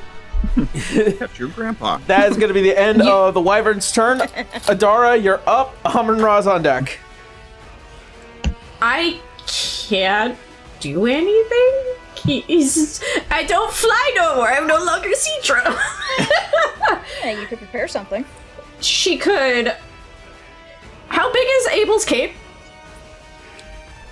Probably about half his body size, so like 3 feet. You know how firefighters pull out the catch pile thing for people jumping Yeah. from the building? So the 3 anchor points are Adara's fists and Abel's neck. No, she would obviously tell him to take it off. God damn. Sorry. Oh my god, if you're gonna Very choke funny a guy, image. give him a Fucking little snap warning. his neck. Holy shit. She can't do anything, but I have a feeling this dragon's about, or wyvern is about, if it was a dragon, to be shitting ourselves. He's Dead about ass to about drop throwing you. Beowulf. Yeah. I don't know if you can throw me 45 feet straight up in the air. It's No, but funny I that can swing you to the side and you can try and catch Grandpa. that I solidified my backup character idea last night. That's true. Oh my god. So, conversation in game would be, I can throw you at him to catch him, right? Is that what you're saying? Basically, like, I could swing you around to see if, like, our extended reach together allows you to grab him. We're both pretty strong. We could give it a shot. Might So, dislocate your arm. what does Abel say to Adara for this as she's looking at him like, what do we do? What do we do? So long, Adara. You guys can gotta try make a and catch him. decision. You guys gotta make a decision. Okay. So she like shifts back over to Abel and like they're holding hands. Like, all right, this is gonna be an interesting trust fall. Human rope! Yep, either throwing or just like swinging, whichever. That's the hold action to catch a poor Beowulf. We gotta catch They're gonna strong wait people. to see when he drops Beowulf, yeah. God damn, I should have picked up Featherfall instead of Shield. What are we even gonna fucking roll for this? 2 sessions now. I'm picking myself. When it's your turn to throw Adara, I will let you know. So, Adara, you hold an attack. Yep. Well, a grapple to catch Grandpa. Okay, hold grapple. Yeah, I guess that would be the correct term in this case. No, hold Oh my Grandpa. god, we're holding hands. We're holding hands already in this Christian Minecraft server. Alrighty. And with that, it is the end of Adara's turn. As it is now Ahmenra's turn, as he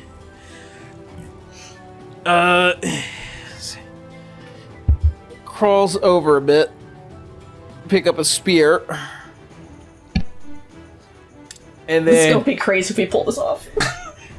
as he wastes the rest of his movement like this, and he is going to make an attack onto the sentry from behind. And now that they're technically, actually no, it's not flaking because it's not on the ground. Well, it's technically on the side of the wall. I'll say yes. Which does hit.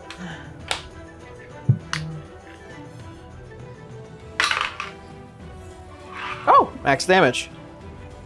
Nice. Hooray! Alright.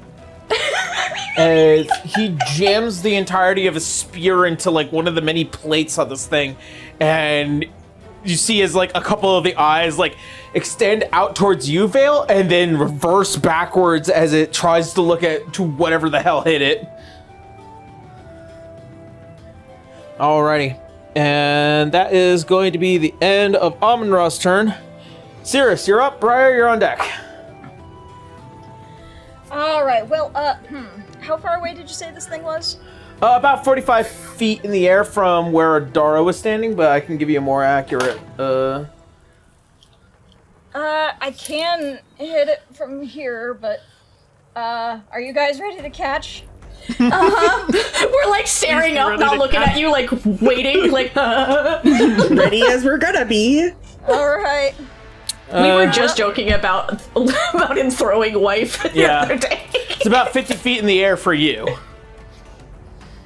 Alright, well, thankfully, I have a range of 60 feet. So, Ray of Frost, that is a 16 to hit. That will hit. For cold damage. Okay. 4.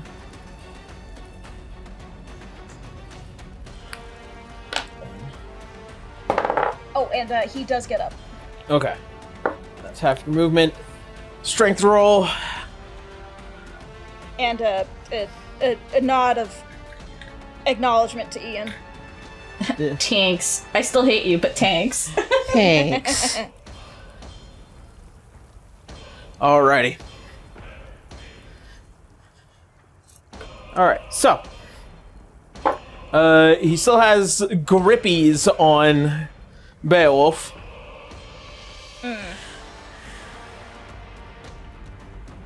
Well, I hit him. He didn't have grippies. And he set Beowulf down gently. Yeah, I wish.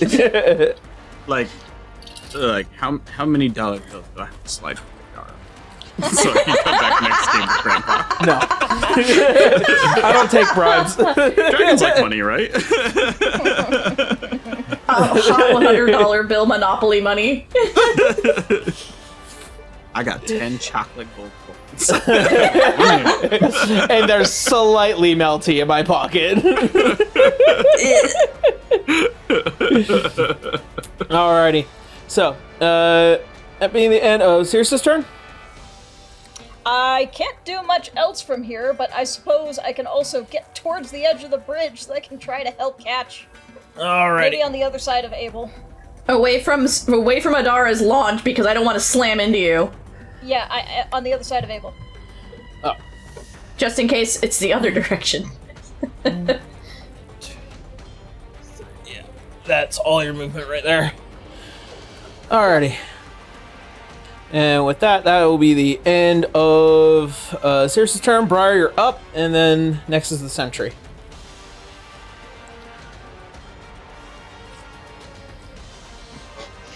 All right. How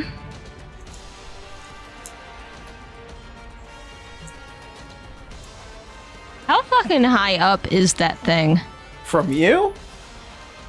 Yeah. Looks pretty high. It is pretty high. I've already said it was 45 from Adara, and then it was 50 for Cirrus because of how this all works. But let me see. That's gonna put you about 55 feet for you.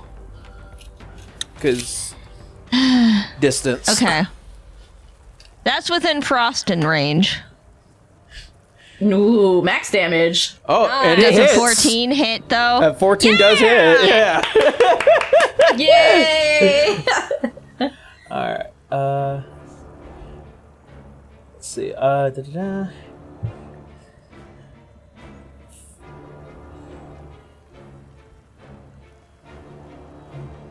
Alrighty. Then, let's see. Nope, still has him.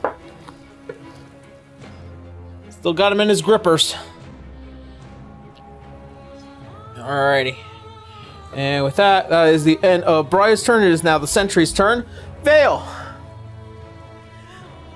Ah. Yeah. as this thing is gonna scurry down from the side of the wall. As Scurry like a little rat. it is going to attempt to push you, Vale, into the river. Why is Vale always going to water? Let this woman stay dry for at least an hour. Alright, I need you to make me a contesting strength check. Okay. 10. 10. Congratulations, you're dry. Oh, thank God. As you see, as a whole bunch of these little folds from its little propellers kind of begin to kind of fold in front of itself, and then as it goes to try and push and snap you, you just take a step back as it cracks, and you can hear as it reverberate across the walls, and you hear that boom as it opens back up. Alrighty, and with that, that will be the end of the sentry's turn. It is now Ian's turn. Ian! Ian. And he is just A gonna. lot of noise. You can. You see, as he goes under the jacket, he's gonna pull out a small hand crossbow, and he's gonna fire at the wyvern.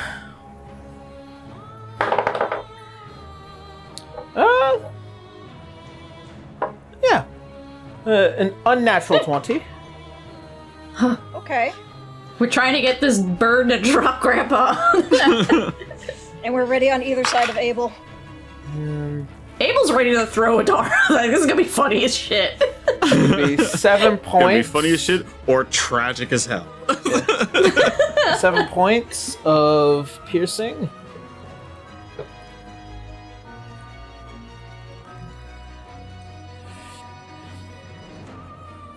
So, and Oh, and Abel has the advantage roll still. That's true. Exactly. Let's go. Hell yeah. it's still gripping. That's why I even suggested something as insanely stupid as swinging you around. Yeah. Let's do the stupid. All right, still got some in his grippers. Gosh darn it. Concern it. All right, and that will be the end of Ian's turn. It is now Vale's turn. Me. Okay. I'm going to try to stab into it with my blades. I have them Alright. load out. Stay. So, yeah. So one. Hiya. 20. Hello? Give it a second. There we go. 19. 19 will Very certainly nice. hit. All right. 9 damage. All right. This thing was already well past bloodied, but especially with that 9, this thing is looking real rough. Get Okay, it. I have a second attack. All right. Because I have them both out, so I can use my bonus action for it. Budja. Oh, that's a nat 1. I miss. Okay. I spin in place. As you roll a nat 1, as you spin in place, you drive one of your patas straight into the stone wall, and you go. Shit. Uh-oh. Your movement is reduced to 0. That's fine. At least you're not going in the river. Try and move me may now, keep you bitch. Going in the river, yeah. May keep you All from going according into to the river, but plan. it's going to be a little difficult to defend yourself. All right. It was it's fine. all planned. It was all planned. Uzu had this plan. It's fine. I have ideas. I'm being very creative with my natural ones this campaign. Do it. Hasn't Vale done a nat 1 in every combat so far? Yes. Yes. Whoa. Let's go. All right. Anyways, continue. End of Vale's turn. It is now Abel's turn. No, Well, Vale has gotten the most nat 20s and nat 1s in this campaign thus far. Damn. The duality of Vale. either extreme. I think we're still holding our action together. I think we, because Beowulf is still in this thing's claws, right? Yes. Yeah. All right. So your held action is ready to throw me the moment it Yeah. happens. Well, I'm not. Okay, I want to be very clear about this. I'm not launching Adara into the side of the cliff so that they both fall to their death. I'm swinging you around to do a human chain to try and catch Grandpa. Or yes. That's not how that works, unfortunately. Adara is 5 feet. This thing is 45 feet in the air, so even... We're waiting for him to we're drop not swinging him. it up. Okay. We're waiting for it to catch him. If I go over the edge, it's Abel's hands on Adara's ankles, and they're reaching out Basically. to catch me. Okay. Yes. You guys are predicting something. I will tell you what happens afterwards. It's either going to be on the bridge and I'm trying to break his fall, or he's being dropped into the ravine and Abel's ready to swing me over the side to catch him. That's the only two options we have. Okay. Because we can't reach him to hit him. Yeah, we're fighters. We can't skibbity pat You from that did far this away. to us! You did this to us! Aaron, if this is not something that we can do, then tell us now and we'll figure something else out. No, you guys are not going to be able to do a human chain with this. I can promise you that. Okay. I thought you guys were going to throw each other. Or somebody was going to get thrown and there was going to be a whole song and dance about that. I mean, I'm not being thrown over the edge. That would kind of be a little crazy. I could throw you up, but I doubt you'll go 45 feet in the air. No. I was going to make it roll for it. To roll for what? To throw Adara in the air. That's what I was saying. To 45 feet? 8-foot vertical leap? Are we... Can I throw Adara 45 feet? Crazier shit has happened in this world. Okay, alright. What's the bar for passing that roll? You need to make 20. me a strength check.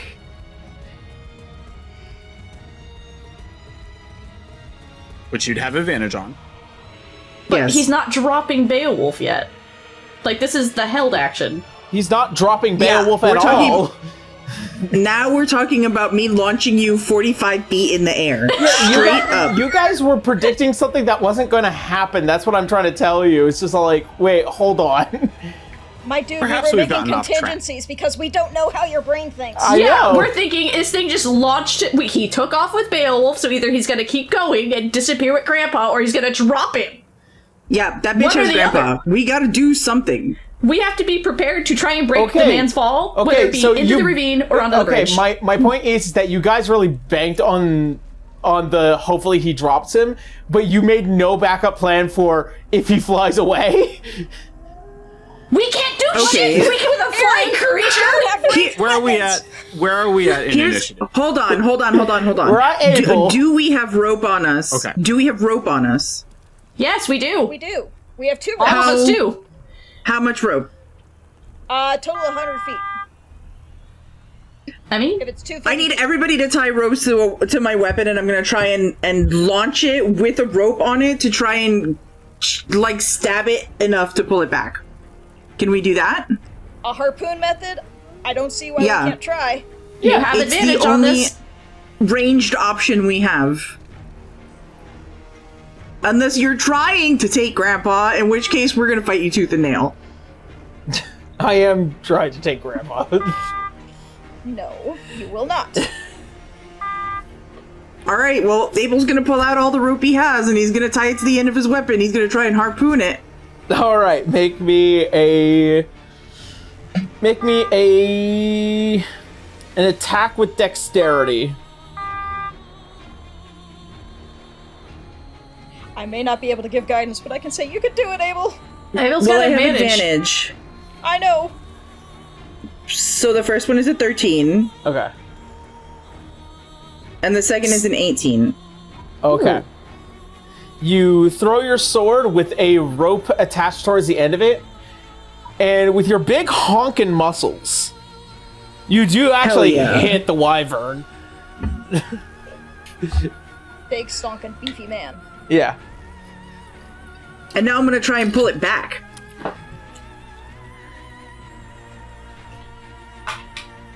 Make me contesting.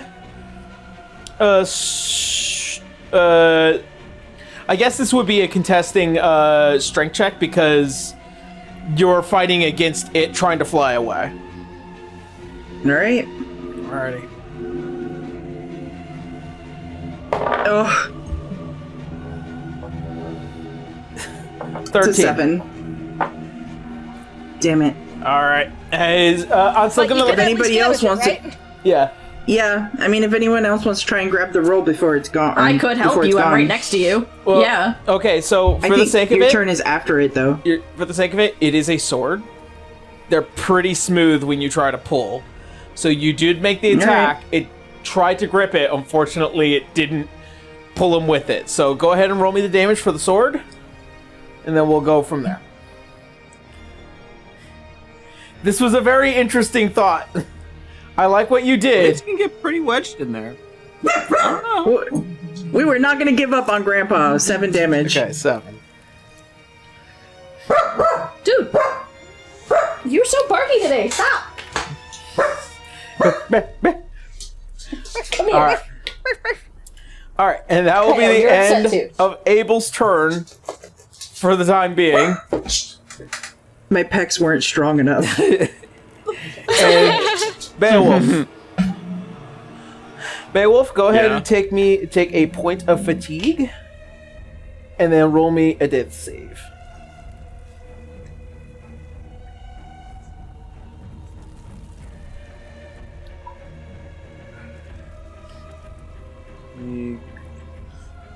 Oh, is Abel raging? No, Abel's not. Damn. 18. All right, you succeed your first death save. Beowulf, you hear the slight receding of snakes and the fluttering of a bird kind of going away for you for just a second, almost as if it's rounding over your head. In my unconsciousness, Yes. I hear snakes and a bird. Yes. Yep. I'll explain why later. Alrighty, In and response, I'll do nothing. don't worry. Alright, it is now the Wyvern's turn. Don't eat me, don't eat me, don't eat me, don't eat me, don't eat me. Wyverns need to land to do that.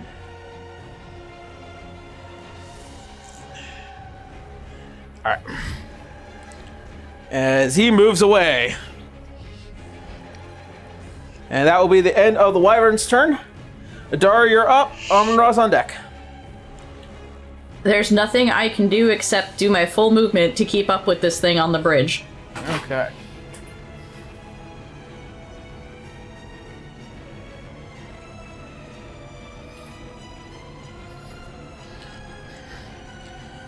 Alright. And probably a bit more if you're sprinting. Yep.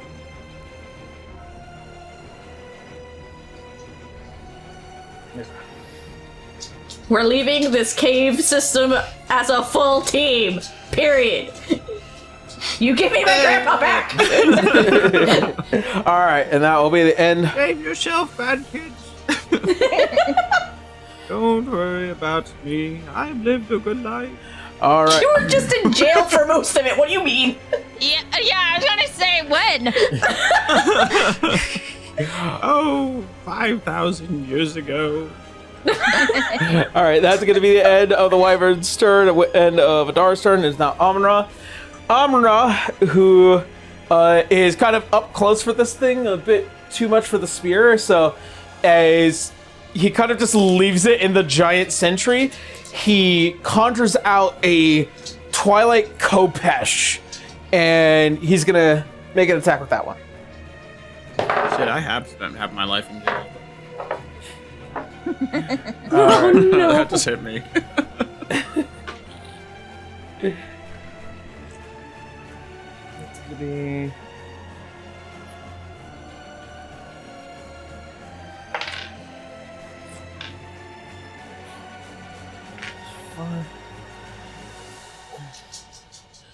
Alright. As he hits this thing, kind of like bonks it as hard as he can, there's a massive gash of the metal as it is ripped and torn by the Kopesh, and he pulls it out. You can see what looks like to be this kind of leaky witch oil mechanical, like almost mechanical blood for this thing, as you begin to see it starting to spark, and you begin to hear it run off several codes and various protocols all at once, and it begins to kind of malfunction a bit. All A little right. percussive maintenance. Alrighty. And that will be the end of Ahmenra's turn. Cirrus, you're up.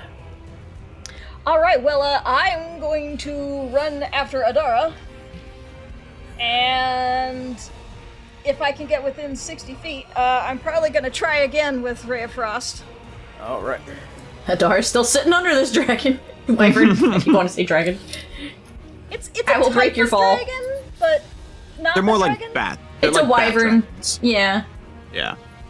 Yeah, it's He about 55 feet, so you're well within range. He got wingy hands. Alrighty. Ray of Frost. Oh, that's an 8. Never mind. Whack. 8? Okay. Blame It's- Skyrim it's- for calling wyverns flapping dragons its for 30 wings. years. Yeah. Yeah. It's flapping its wings too much. I can't get it.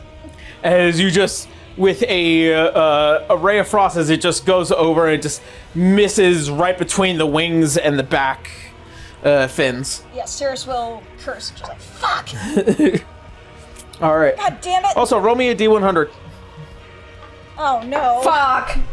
Okay. 44. You're fine.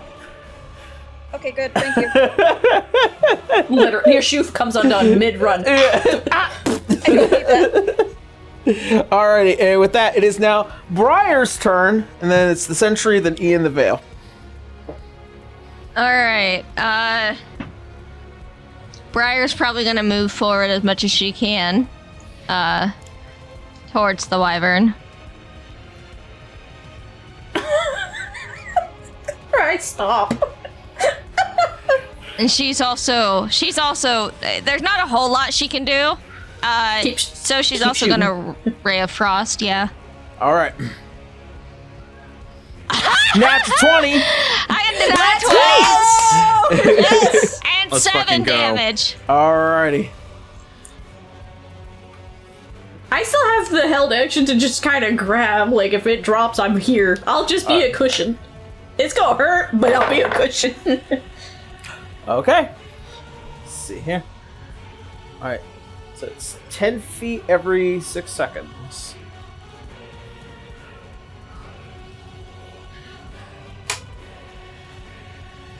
So,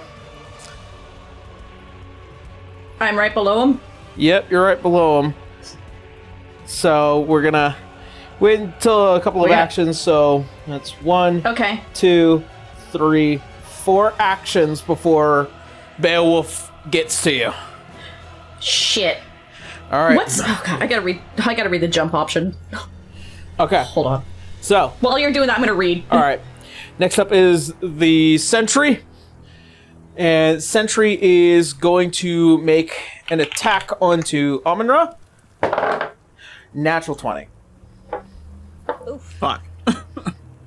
Well, there is the dramatic shielding yourself to take a fatigue and take half and make it as regular damage.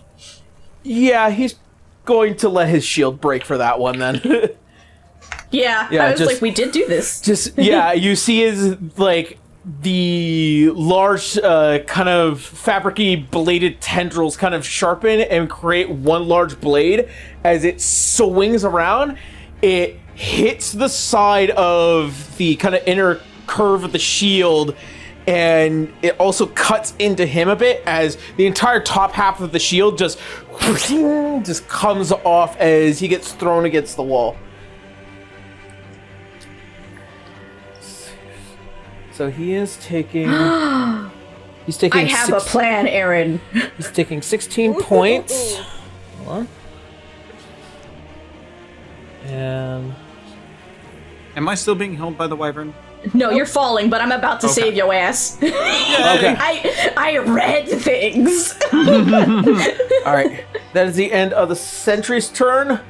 2 more actions, so by the time it's the end of Vale's turn, you gotta catch him. I will. All right. I will ask you the thing that I read when it's up to that point, though, so you can keep going. All right, it is now Ian's turn.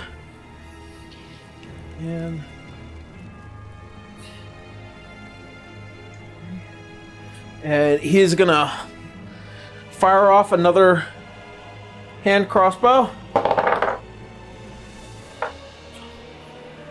That's gonna hit.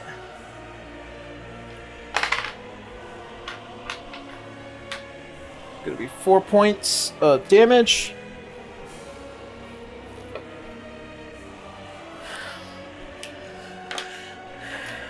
And that is going to be the end of Ian's turn.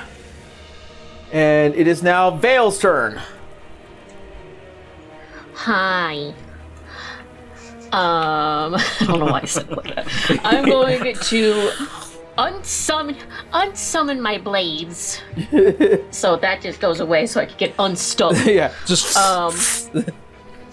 And instead, I'm going to do arcane muscles and punch the shit out of this thing. Hey! Yeah. Okay. 2 beefy spellcasters. Let's Let's go. fucking go. That's my god. Proud grandpa. Proud grandpa.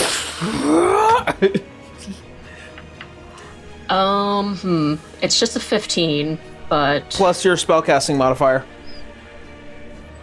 yes. 9 plus 6. So With a 15? yes, but let's see here. I'm going to use if that doesn't make it. I was gonna say it does. I'm going to use one of. Oh, it does? Yeah, you just Okay, cool. barely hit it. Okay, cool. Cool. Nice. AC 15. Okay, and then do. It's just the Marge. Let Just Let me double check.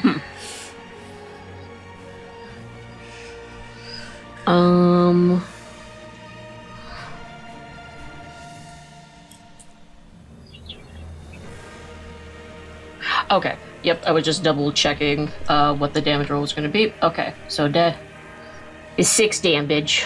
all right. As this thing, which is just malfunctioning at every possible joint, you just see the kind of large mechanical crystal that sits in the center of it, and you harden your fist to the point that you're seeing. Ahmenra sees like the muscles bulge, and you just crack straight dead center as all the blades try to come down on your arm before you can get to it, but you were faster. And you can hear as the stone inside of it breaks and this thing... and it breaks down right in front of you. Yeah. Alright. Sentry is defeated. I have plans for this thing, but that is all I could do right now. Alrighty. It is now top of the round. Abel, you're up. Beowulf. Actually, no. Adara. Huh? Yeah. Abel, you see as Beowulf just enters your reach. She's gonna jump up to catch him. It is a strength check to do it. Yep. And that's my strongest point. So let's see.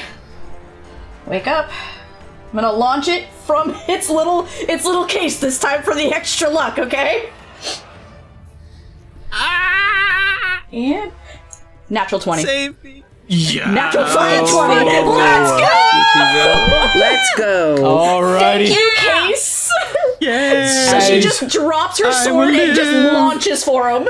As you grab hold of the entire shirt, you feel as the whole weight of him nearly drags you over as you grab onto like one of the massive like side supports, and you just feel almost as if your shoulder was about to dislocate as you just grip onto him, and She just kind of like yells in pain from it, but Yeah. she's got him. And it's just echoing. yeah. And just, as she's holding on him, I got him! Yeah, as you pull him over, and you see as he's just still unconscious. I don't know if that, like, what is the rule on that? Because if I could do a medicine check on him, I would. I was considering that as your held action, so unfortunately Okay, you have fair. to wait until it's your turn. Nope. That is absolutely fair. At least I saved him from falling into the void. All right, Abel, you're Good up. job, Beowulf, we'll be talking in a second. So this thing is just flying away at this point, right? At this point, yeah. I would say my free got action would have been looking pretty hard. glaring at this thing up above, but that's about Well, it. I've still got my sword tied to this rope. I doubt I have enough rope to reach it. Do I have enough rope to reach it? It's 100 feet. Because I'll take another swing at it. I will say this time, because you definitely do not have the advantage of silvery barbs at 100 feet from where you are. Maybe you might have to rush forward a bit. Yeah, I mean, I'll use my movement to get within range from below, if that helps. Let's see. Well, it's still going to be disadvantaged because technically this is a improvised weapon. Yeah. Unless you have expertise or proficiency in whips. I don't. Okay, well then he's going to be about 60 feet, so go ahead and make me a attack using your dexterity at disadvantage.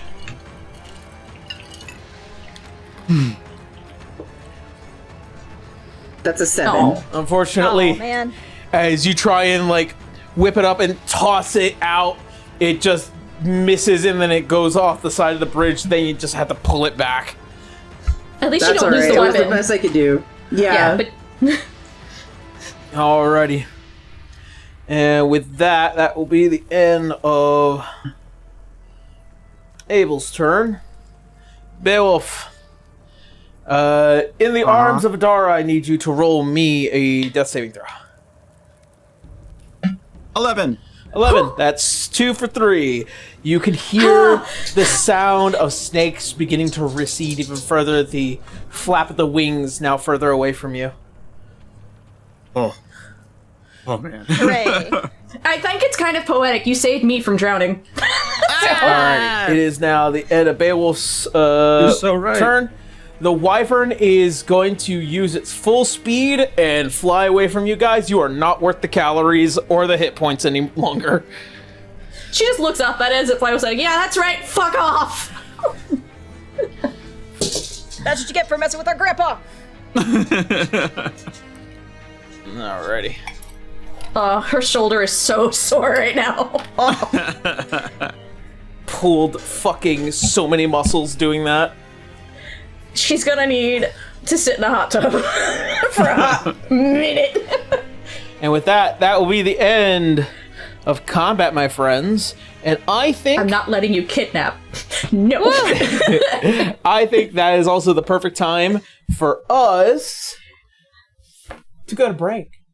So, We saved people! Into 2 death saves. Let's go to break. But you passed the break! alright, see you all in 10 minutes. Break time.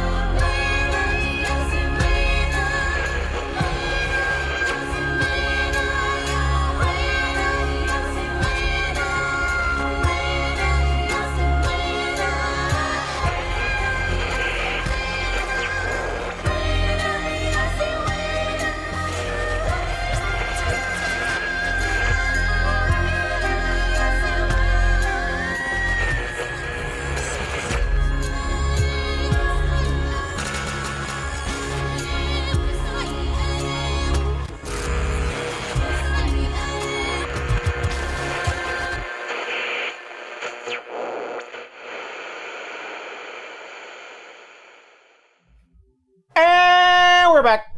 Welcome back, everyone. How we all doing? Welcome back. Listen to the extras. Yeah, you got something extra today. I'm glad the extras today were really good. Alrighty, friends. Let's go ahead and... Oh, no. Back into fighting! The wyvern's Sorry. back. I heard you call me a bitch! That's because you fucking are! Alrighty.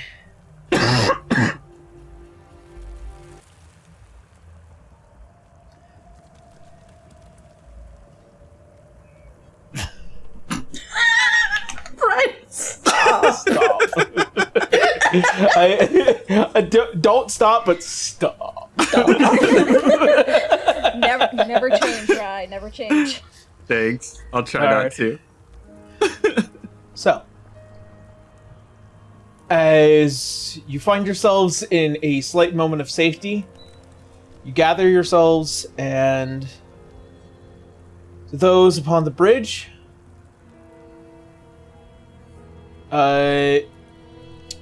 We try to help Beowulf. Beowulf. You find yourself in the arms of Ian, as he has just fed you a potion, and again he tosses the vial over the bridge.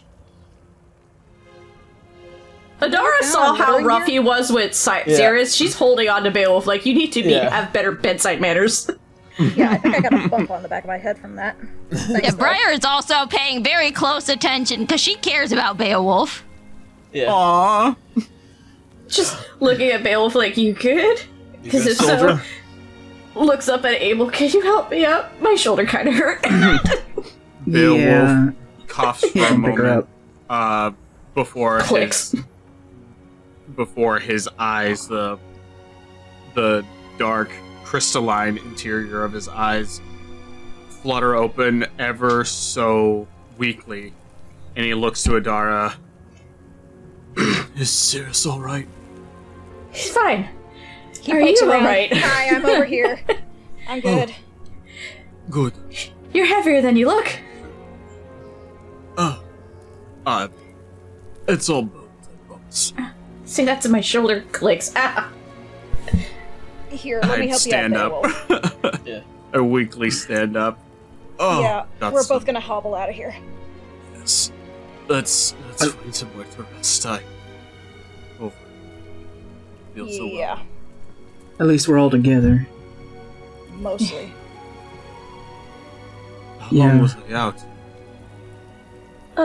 How long, technically? That'd be 12 seconds. 12 seconds to a minute, maybe. Not very long. Alright. You're all good. It's gonna move on.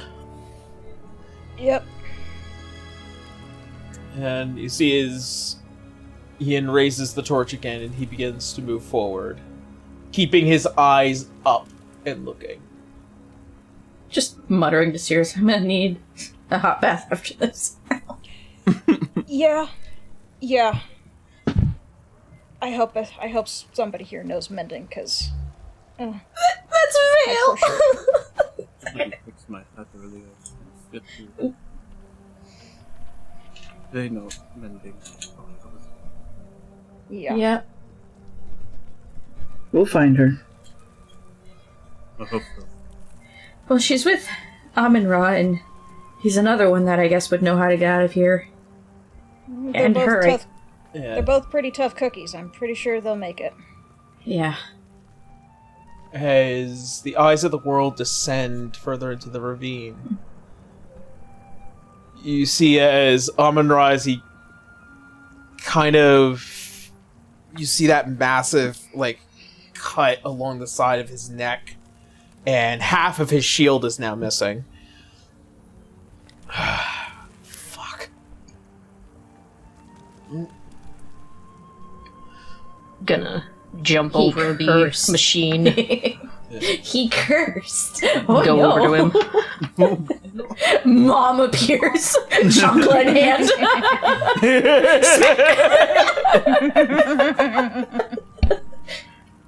Are you alright? Nothing that I can't handle. How about you? I'm perfectly fine. Do they see a bottle fall down the side?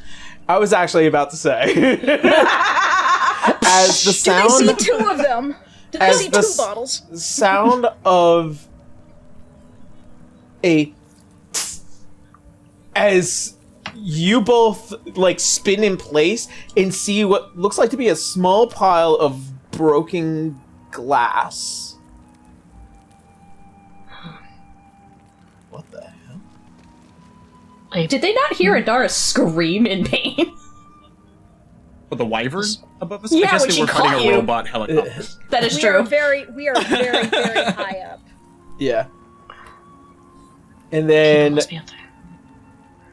another, literally right behind you, Velas, another broken vial of glass behind you. Who does this? Throwing things. Litter. Okay. No. Yeah. I have an idea. I have an idea. And she scurries back to the machine. And she starts to cast mending with the parts to put it back together. Okay. As you begin to see as the metal gets infused kind of a little bit like stitching, and your magic manages to kind of sort of fix this to a functional state if it had power.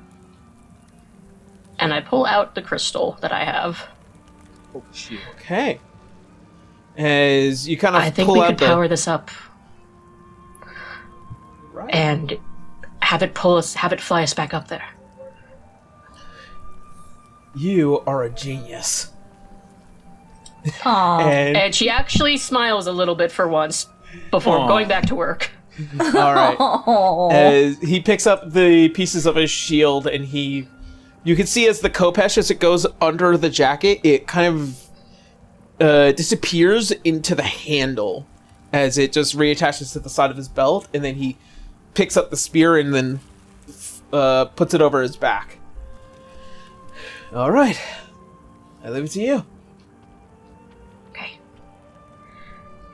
She gets to work. All right.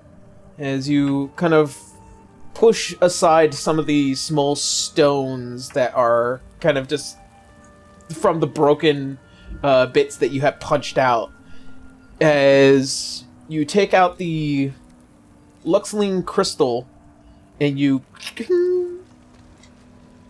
hear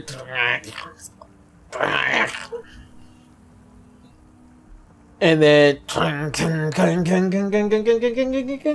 and then you begin to hear like a string of protocols begin to be spoken as this thing, it took quite a bit of hit, so many of those protocols are failing to activate. But let's see, I need you to roll me an engineering check. Okay. Damn. I'm going to give myself guidance. If only the twins were with you. Yeah. Jeez, what can't Vale do? Okay. Intelligence. I'm going to give myself guidance. Okay. Wishing for the best. Wait. Actually, Ahmenra is going to cast Bless as well. Oh! Okay. So you get to add another D4 as well to that. Wait, Does that affect skills Bless- now? Bless does not do skills. It does not. Bless. Oh, I Does thought it attacks did. and saving. I see his. Okay, I only saw his spell sheet. Sorry, I'm going, buddy. Oh, he does have As someone who Bless. used that so much in Frontiers. Oh yeah. You know, he can still give a vote of confidence, just like you got He this. could give me the help Yeah. action. He could. Or He cast could. second level enhance ability. Wait, he does not have engineering. So, house rule Oh, that's the is rules? Okay. yeah, you have to be proficient in order to give help. Damn. Understood. Oh well. We'll just wish for the best. I still at least have some guidance. And I also have another You ability give him- of mine see. that will give me, like, if it fails, I'll be able to give myself a bonus retroactively. I might Give him the actually. flashlight to hold. Yes, No. hold the flashlight steady. Yeah. Ah. Okay. He does actually have something on his person. It can only be used once per long rest, but it doesn't need attunement. As he goes under and he takes out with what looks like to be this small kind of gear-like pendant with a clock around in the center. This is a clockwork chance pendant. If you roll beneath a 10, that roll automatically turns into a 10 regardless. Okay. Okay. Alright, let's see how this goes. Okay, so So it's a 10. so that's a 10, and then let me roll my d4. 11. But I have a thing to where if I'm failing a roll, it's save face. I get a bonus, so I will have a +2 bonus to that. So I don't know 13? if that'll help. It does because the DC was 12. Nice! You tripped over it. Yay! Yeah. That. Good enough. All right. So after hearing some of the protocol, and the only reason why it's a 12 is because you do speak primordial. As you hear many of the protocols, you hear the small list of things that it can actively do, and one of them is it can levitate 30 feet, and it can fly up to 30 feet.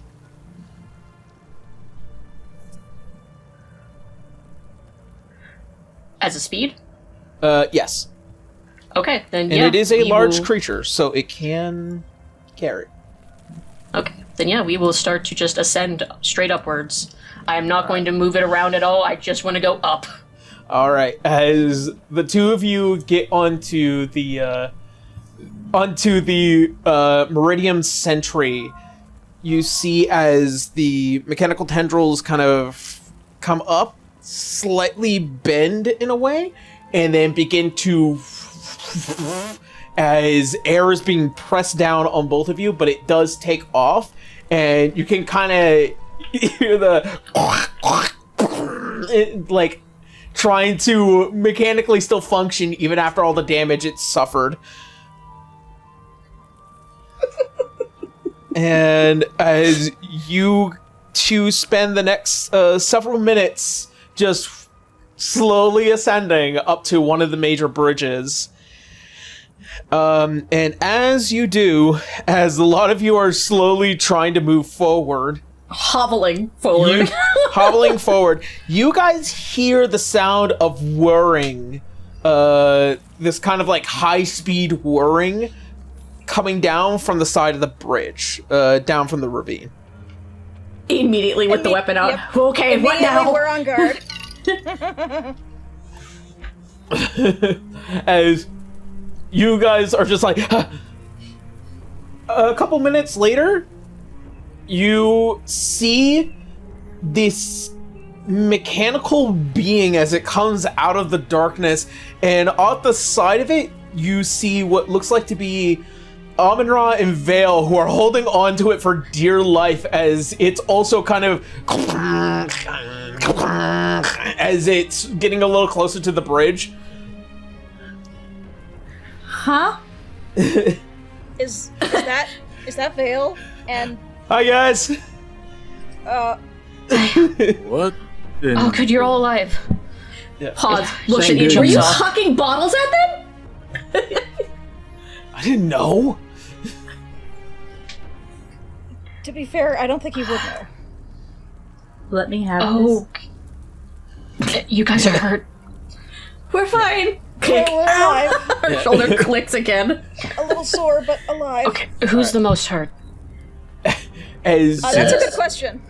as you two step off of the robot and you step onto the bridge, this thing goes up 60 feet, no longer weighed down by two people. And then it, after a bit of the kind of spin and the whir, and then you hear as like something breaks and fails, and this thing just falls back into the abyss. Oh, that hurts Sirius's heart a little bit. He's just like, no, I wanted to learn about it. Oh. Yeah. Why everyone's hurt? Who is the most She's saying- hurt? I really do. That is a quick question between Sirius and Beowulf, I guess. I'm at 7. And Wolf? How much did I get healed for? I believe it was 7 For the from healing earlier. potion? Oh, Yeah. I didn't roll that. I just assumed. Yeah, you did. We know he got healed, but not for how much. Mm-hmm. 7 points of healing. Adara just Okay. points Well, at it's a the thumb toss-up. too. It's a Yeah. toss-up. We're both hurt. Both of Okay. them. Please, 10 to 6. No. You're not. Both of you are not literally fell arguing. down. Hold. And she puts her hand on both of them, Okay. closes her eyes, and I'm going to channel divinity and split 10 points amongst you guys, so you both get 5. Adara shit. just, Hey. Cleric. yeah. Shit. Yep. Adara's just We like, listen, appreciate. to be fair, we were left unsupervised and it was a wyvern. It caught us by surprise. I'm not mad at you. Just I'm just glad disappointed. that you're okay. No. No, it's a Not joke. It's a joke. It's a joke. I suppose in all fairness, thanks go to Ian. He had potions. Yeah. We're glad you two are okay. I'm glad you guys are okay as well. And he walks up to Ian and just kind of like taps his breastplate. Pit, you play nice? And you see as Ian kind of just like turns his head. We're alive thanks to him. That could be He's dead. debated. Briar's crossing her arms and just scoffing in the background. Don't leave these two in the same room together and we're good. You see it's like Ian just like looks at Ahmenra. You guys are alive. I guess that's all that matters, I suppose. And it's like, oh, look at you. You're getting friendlier by the day. And just like taps his breastplate again and goes, just like turns him around and pushes him forward. I knew I liked that guy. She just love watching this guy manhandle Ian, just like, aw, slap. +5 strength. Yeah. Does not care. Well, at least there's somebody here who can keep him in line. I'm assuming you guys got your armor back on and shit, though. Did you? Oh, for Ahmenra and Vale, yeah. Yeah, okay, I was Yeah, gonna say, they're like, not running around. They were not down there I just don't know. fighting a sentry. I don't know, I didn't hear anything you said. They weren't running around in their skivvies, don't worry. Yeah.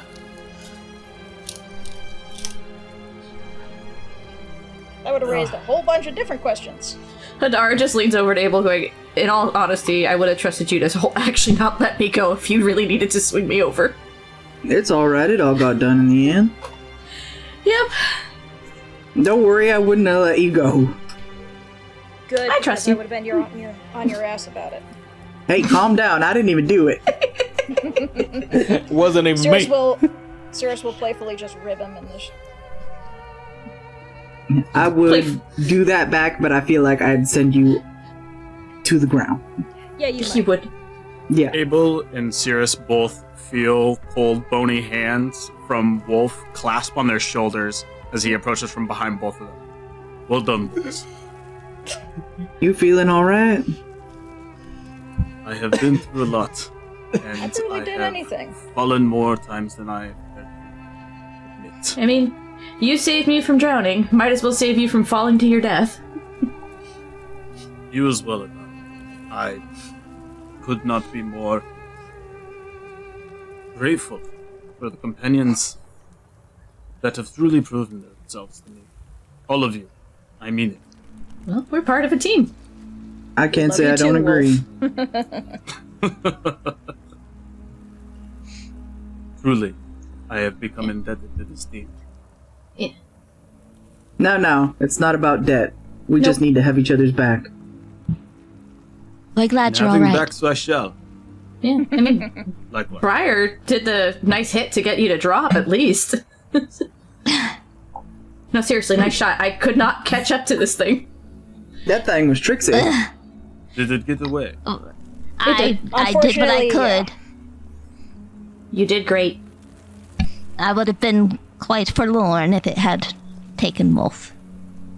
All of I us wasn't. We weren't letting that thing go. As would I have. I appreciate your effort and determination in rescuing me again. All of you. But now we can focus on getting the hell out of here. Indeed. Yeah. And with that, Cirrus will look towards Ahmenra and Ian. How much further until the top again? Well, as soon as we're through the bridge here, we should be on to floor 4, known as the Mound. At least that's what I believe it was told. And you see as Ian, yes, the Mound. Something tells me the mound is not going to be fun. Just Ahmenra's like, What can does you tell us "eh" about the mean? mound? means that's it's really low end stuff. At that point, we could just not be as on guard, and you see as Ian just like steps on his foot a bit. Always be on guard, damn it! Like, okay, Could you not harm your teammates, Ian? You see as Ahmenra turns around. He's playful like that. That's not playful. He's just What's being up? rude Isn't again. Enough with the butt hurt and stop being rude.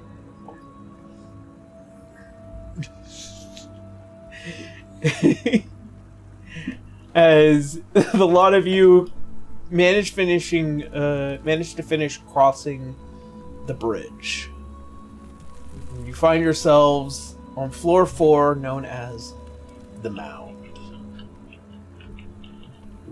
As you pass through the intermediary of it, you find yourselves not just only in this massive floor that has what looks like to be these several small little tunnels, but definitely not just a mound. There is a rather big mound, but then everywhere around it is a ton of smaller mounds. Everywhere. Aaron, did you literally make a mountain out of a molehill? Yes. I knew it. These tiny little mounds are about 5 feet wide, 4 or 5 feet wide, and then to look into them, they kind of go between, 15, 20 feet down and then out further, and it just kind of spreads all the way around.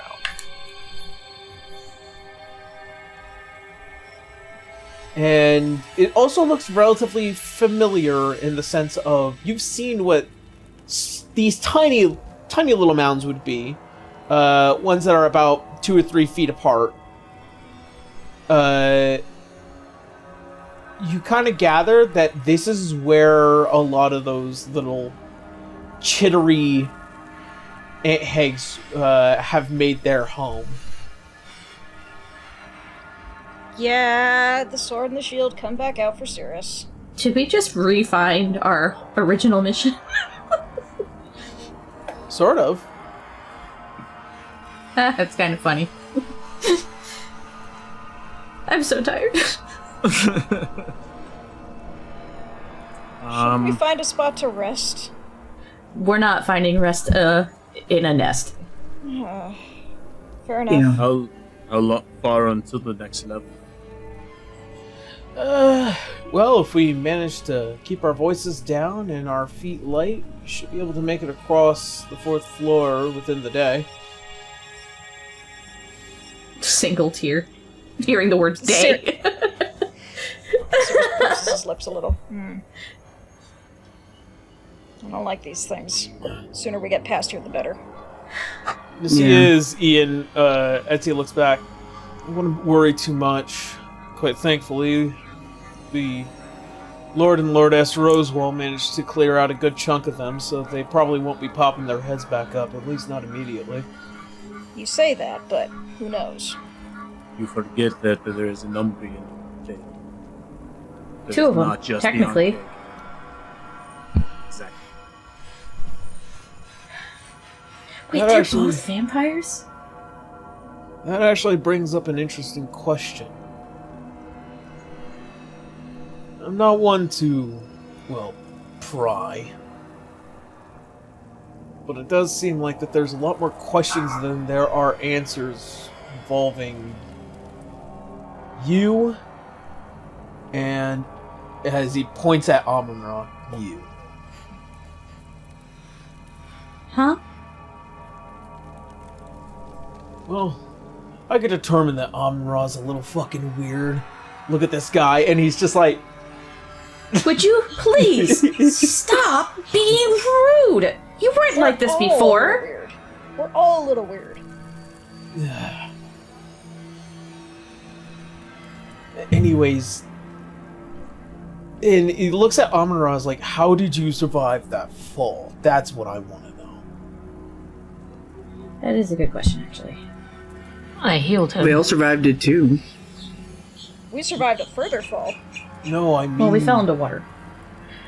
Still. I mean the ravine. You're tough, Ahmenra, but you're not that tough. And... you see as Ahmenra kind of just, like, tries to scratch his chin at it.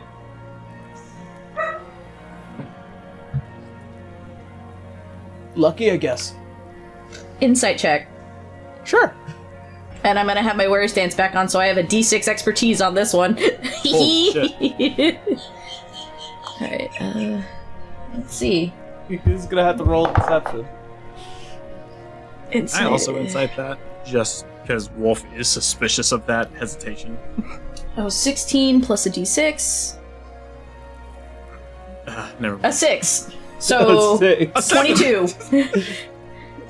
Okay. Ahmenra is not telling the truth. Like, there is a... between the pause and, like, comparative to when you guys fell, the rocks were heavier, they were hitting the water, and the water was displaced enough for you guys to have a soft landing. Yeah. That didn't happen with Vale and Ahmenra. So there's an obvious difference. I feel like with her seeing that, but considering how amazing he brought her friend back, right? They survived. That's great. But at the same time, it's like, she's also not one to pry. People have their secrets, and like I said, saved her friend. So I feel like she'd look at Ahmenra, raising her brow of like, you're not fooling me, but on the outside going, Ian, I think it's better to just let it go. They're alive, and that's all that matters.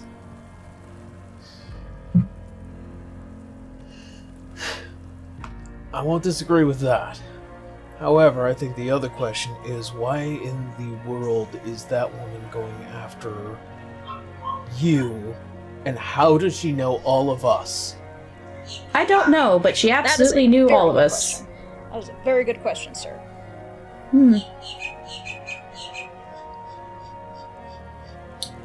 That's more on a Just survival holds his base. gaze. Yeah.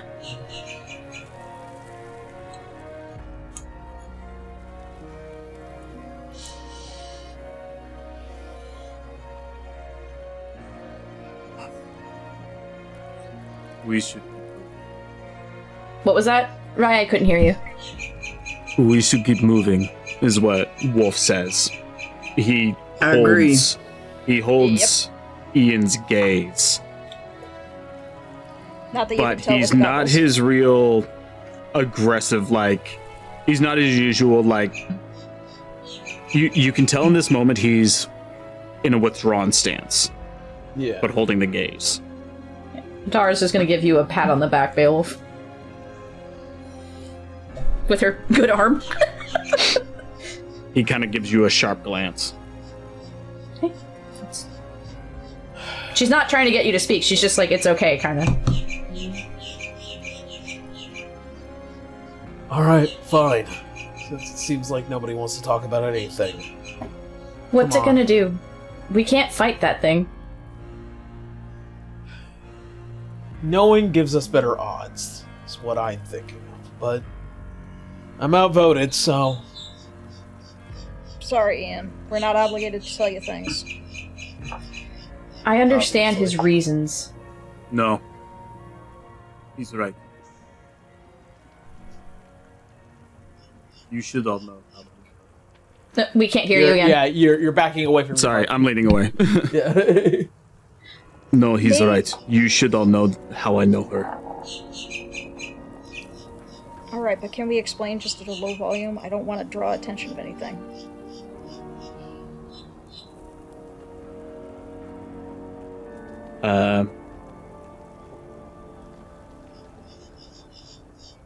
Wolf takes a moment, removes his wizard cap, and slowly lowers his goggles before his gaze meets you all.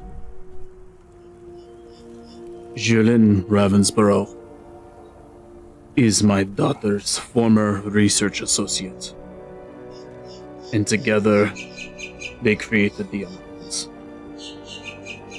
They didn't create the Umbrians. So let me clarify. The only person that can create the Umbrians was Roya. It's kind of a curse. It's a moniker. It bears on their soul. They created hemiomancy together. Just wanted to clarify that. Lore drop.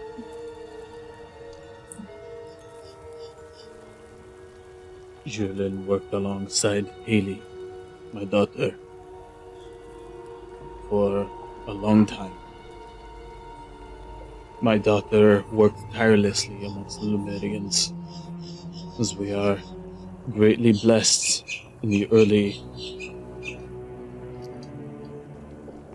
deviancies of our bloodline. Our magical prowess of our daughter, me and my wife's, was unmatched, and she developed a magic that was capable of manipulating the very essence of living things. Hemiomancy.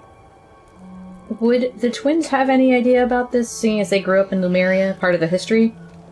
Well, not just the twins, but also Abel. Abel, you know your mother, your entire family line, the entirety of the Rathmore family, are proficient in hemiomancy.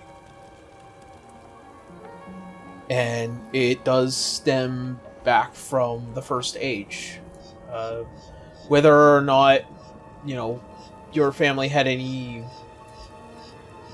particular interests is neither here nor there, but this is the revelation of the parentage that created an entire class of magic itself. Well, and I'm asking in the sense of... Sorry. As for you two... Right on time with the boom! Crazy! Timing. As for you two, you are aware that hemiomancy is taught in the Lumerian Academy. It has served a purpose in order to study, life essence. It has also served as a means of healing, as research, as forms of manipulation. But you are also well and aware of the dangers of enchantment with blood to a point that it can cause a very the particular ailment of vampirism. My other question being, in general history, seeing as a certain person with a certain other person running a part of a country, or village, city, town, I don't know, you know what I mean, oh my god, where is Dante again? Thalia. Thalia. Would that come up in a general history now? Because it's been 25 years and they did play a role. I'm trying to think because we know his last name is Luminari and he just said Haley. Make Adara make me a history check. Since you're trying to bring it up. Would Cirrus just know it, or? No, we have to roll history. You do have a history. If you want to give Adara advantage, you can have the. I do have proficiency, so I can help. All right. So it gives me Adara with advantage? Yes. All right. So the first one's a 17. The other one's a 2. I'm gonna go with the 17. Yeah, let's go with that. You are aware of some of the well-known mages that have created forms of magic, especially the original Circle of 8. You are aware of the advent of mortal magic as well. You're aware of magic that was created by the Findal. You're aware of Lumerian magic and how it came to be. Specifically, Lumerian magic had a particular for hemiomancy and chronomancy and graviturgy. So you would know some of the mages by name. Haley Luminari is definitely one of the ones from the history books. So, because I know she worked, me as a person, I'm You talking don't know to you, where me, DM. you don't know where she. I don't know where she is, yeah. but I know she has been brought up, and she was in recent history. Is what I mean. To an extent, yes. So Adara would just kind of poke her fingers. Went, your last name's Luminari, right? It is not. Sorry? Say again? It is not. No. Then never mind. She's heard of a Luminari Haley. my wife's name? Sorry. Was Luminari my wife's last name? Technically, yes. Yours was different but like at that time in history for because the reason why Lumerians, they didn't take last names; they just kept with their original name. Oh, okay. So Adara Luminari would be my last name. Yeah. If you decided to take your wife's name, sure. Okay, I just wasn't sure if the name was familiar to me to not. Yeah, because I guess if anything, just to make it more player-centric, she'd be like, Haley Luminari? That is my daughter, yes. Well then. She's still possibly alive. I mean, she's been in recent history. Wolf gets visibly shaken.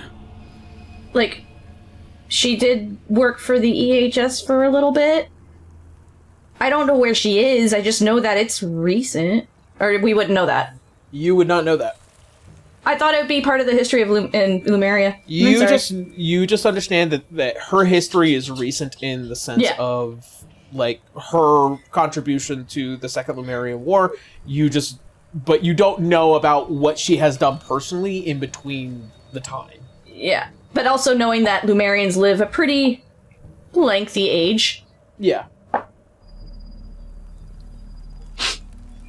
I'm just making a generalization of that is a pretty big name, and I have seen it in the history books as of recent history. So... And if that crazy lady is still alive... Your daughter might be too. Well, that's just the thing. Ravensborough told me that she was dead. You really gonna trust the word of a crazy lady?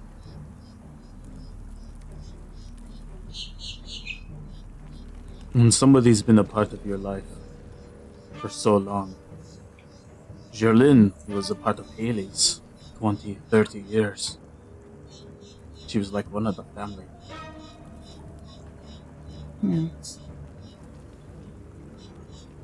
I'm sorry, I'm not trying to give you false hope. I'm just... No, I understand. However, I understand she knows you. How does she know us? She called us by our last names, and we haven't exactly been waving that name around like a banner. And we've been off of Lumeria for, what, all of a week now? A little over that? Out. Couple of weeks. Couple weeks then. She knew us, she knew Abel, she knows Briar. She just doesn't know Vale. Ahmenra, like, shifting his eyes a bit. Do I see this with my 18 perception? No, I was making a joke. Oh, okay. I was like, the fuck? Like, listen, you already sus, boy. Don't keep adding to it. I know the orchestra hits are like, ta-da. Yeah. We got timing Every today, single guys. what? Yeah. Listen. If I were to take a guess, it might have to do with your blood. My what? The power of your ancestry. You are the children of the Ashman. Listen, I don't know who this Ashman stuff is. I'm pretty sure that's probably just a mistaken issue. Well, Ignis Brimlight is a strong warrior in his own regard, is he not? Yeah, but he's known as Ignis. That's... Oh god, it's so weird calling our dad by our first name. We've only ever And- known him as our father, so... And Briar, you are royalty, no? Has that been established? She never. Okay, am I mean, confusing I think the it's okay. story episodes with actual knowledge? Here's the might- thing. I feel like it enough has been said for him to come to that kind of conclusion. Briar has just never said it out loud. That's fair. So I feel Okay. like it's not meta. I feel like it's been implied. Okay. Beowulf would still be pressuring, like, the idea of maybe it has to do with bloodlines, if I'm getting my knowledge confused, but might not, like, if mean- royalty wasn't established, he might not have made that jump, so he might have said something along the lines of, like, Yeah. are you from a powerful bloodline of sorts? She came after my blood because of our development of hemiomancy. At that point, Briar will admit and establish, I am the daughter of the royal family of the Winter Duchy. Ian, you really need to watch your mouth. Everything that's said here does not... I'm nobility equal too, fashion. just not, like... Not that kind of I'm nobility, you're nobility. not. In what country is my head going to roll if I say anything to her, really? Right in front of me if you keep insulting her. Fair enough. Thank you. Briar's just gonna be like, you know, you really should have shut your mouth because you are dealing with a bratty princess.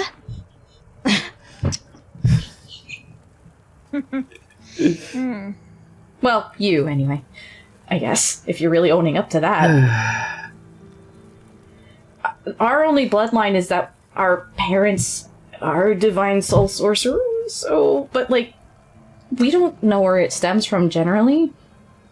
It just means somewhere along the lines, but, like, there are other soul sorcerers in this world, so why us? The bloodlines I can't of even sorcerers cast magic, are a so... convoluted thing. In the easiest way to explain. Well, I guess if we're going by bloodlines, mine makes sense. Who are I do you? come from, well, the Marathmore. Come from a long line of hemiomancers.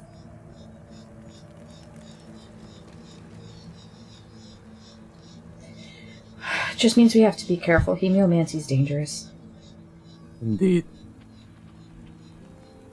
I'm glad she did not call me on my bluff. You Adara's hear, realizing that, oh man, that was real dangerous. you hear as the sound of a voice, or perhaps all of you are slightly framing it a little wrong. Is that Saki? As all of you see kind of just walking alongside and kind of popping out of the hole is this tiny little black cat with a gold and silver eye. Do Hello. not punt the cat, Beowulf. Hello, friends. We're not in critical danger at the moment, so I'm not obligated to be frustrated with Okay, well, you seem to have this tone of, I know something you don't know. Would you like to enlighten us a little here? Or are you just gonna keep doing whatever this is? Listen, Precisely. he was right that Abel and Ahmenra are okay, so... That's fine. I still don't like the tone of teasing while we're trying to get out of here alive.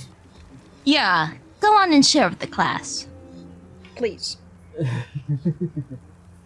Gladly, as he kind of just like pops out of the hole, and you see as this cat kind of like rounds about, you notice that this one's a little different. This one has like a tiny little white diamond into the fur in the center of the head. That's so cute. That's so cute. So, where should I possibly begin? We need to reframe what it is all of you are thinking. Can we do this while walking? Are we not? And talking a little quietly. As you see, it's just like, well, I cannot walk. As the cat just like lifts off the ground while still on all, like, standing. And just slowly floats upside down and turns. Cirrus will tilt his head, just like, okay, magic is as magic does. Yep. I thought I would get a little break. We're not getting a break. We're in a nest. Don't worry. No, I meant from the weird magic. Oh, no, that's never gonna stop. I can guarantee you. Yeah, no, I can see that. I think we just reached, like, the thin broth layer top of the magic weirdness, and now there's an entire pot beneath it. That's, Yep. Did you just turn magic into a soup? I'm a little hungry. Oh no, We I need- don't blame you. If we stop We've somewhere, eaten today. If we stop somewhere, I'll make something for us. Just we have to keep moving. Also, Rymek, you need to stay a little close to your mic. You're going in and out. I apologize. It's okay. It's alright, So- we all learn the best place to sit for the mic. Yes. I need to adjust. Now, I There we can't go. explain every little thing, given the fact that even my knowledge is a wee bit thin here and there, and I'm not one to make assumptions, just simply to guide you all to the right conclusion. As far as we know. Okay. So, I think it all starts with the fact that this is all connected to one thing and one thing only. The Order of the Sharzan. The cult? Think about it. Yes, think about it. Each and every one of you have at least some form of connection that binds your fates to this maddening world, and as well as this cult. Would you explain how? Because I have no idea. Well, let's start with our friend Beowulf over here, whose entire history, even in the past 5,000 years from then to now, is connected to Ravensburg. Yes? Yes, we've confirmed that. And then our dear friend Vale here, who has probably run into a couple of cult members themselves in their history. Am I incorrect about that? She frowns. No. I'll take that as a yes. And then there's you two. You two, I get a strange feeling that whatever this Ashman is about, he doesn't seem to like the cult either.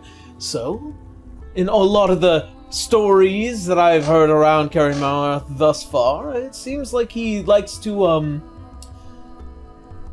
take action against them, and of course, to those who might know his true identity, the true man behind the Ashman, we can assume that those who bear his last name bear the weight of his actions as well.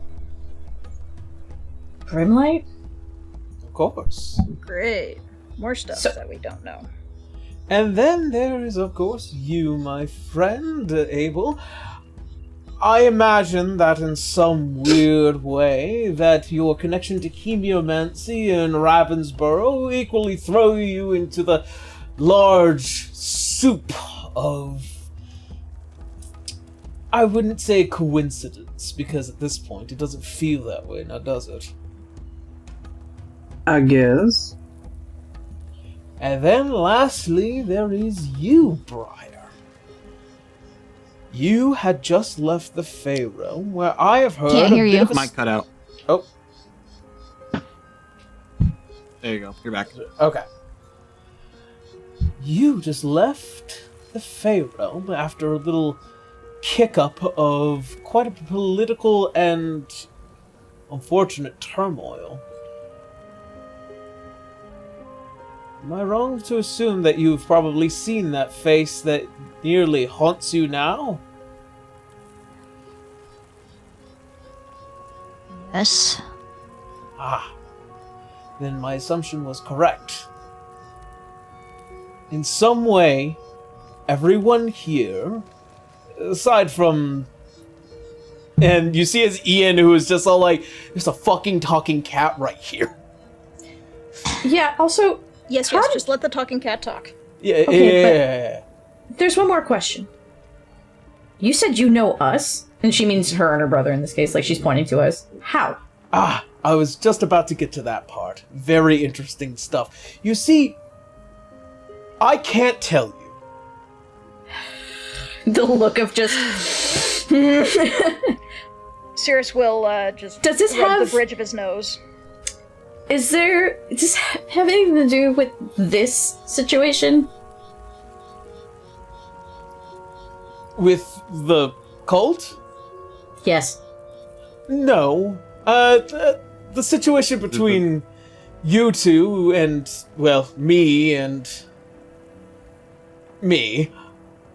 is a little bit more different. But I do know you two. Is it a good thing that we know you, or you know us, or is it a bad thing? I would say, given our relationship, pretty good. Yeah, that's a little frustrating to hear that, and yet we don't feel like we know you at all.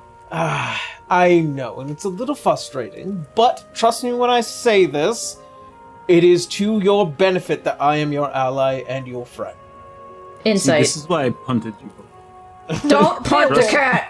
Oh, come on. No, I'll get to let you him- about let that him- in a second. Let him punt the cat. Insight. Abel. No, it literally insight again. With the d6, let's go. Alright. Another pissing me 17 plus a d6, let's go. Okay, he's not lying. He's Plus actually one, quite so honest. 18. Yeah, Okay. I think... So Adara is just gonna go, like, that deep in-breath, like, fine.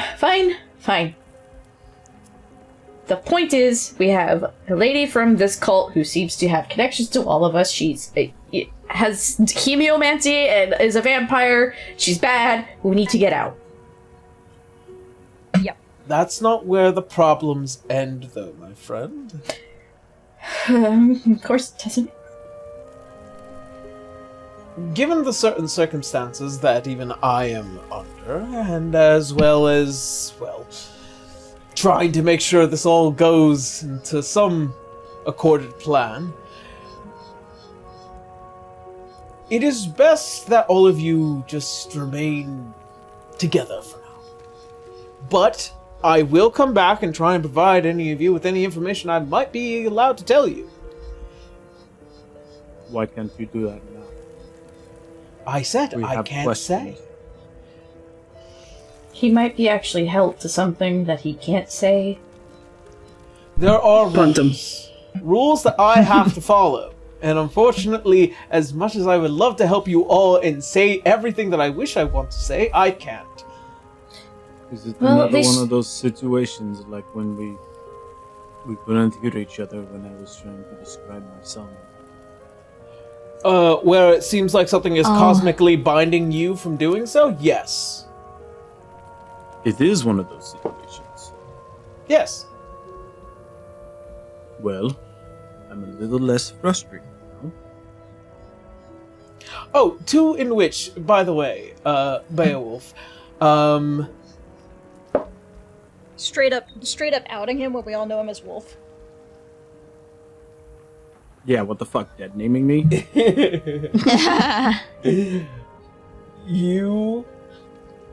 I need you to make me an intelligence saving throw at disadvantage. Boy, is this an effect of some sort? Or Yes, spell? this is a spell. Is it a charm effect? It is an illusion effect. Is he attempting to read my mind? No. Okay. We know that's not possible. I've got a ton of stuff on my character sheet. I'm like, ooh, something I can do. Okay. Intelligence save, you said? Yep. At disadvantage. Disadvantage. Why? 19 and 4. Natural one. That's a Nat 1. That's a nat 1. Oh my. That's a nat 1. Boy, howdy. Beowulf, as you stare into the eyes of this cat, the immediate surroundings, almost as if they wash away in pure white. It is like you're standing in this liminal, blank white space as a slim figure with big round glasses and wearing this dark black militant outfit. It is the only black, the only white, as it stares into your fucking soul. And as the mouth opens, it looks as if the white from behind is coming through the mouth, and you can see these large cat-like fangs as it opens. If you kick one of my cats ever again, I will drag your soul straight through the hells and then put you straight next to Osmodius himself, and you can keep him company for all of fucking eternity.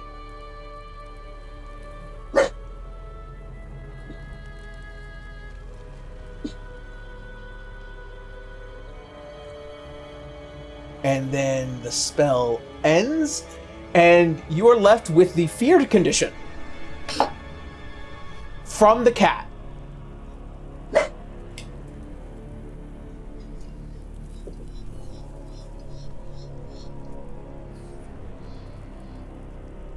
All good?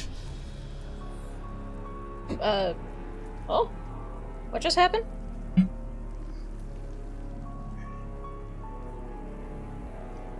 Apologies.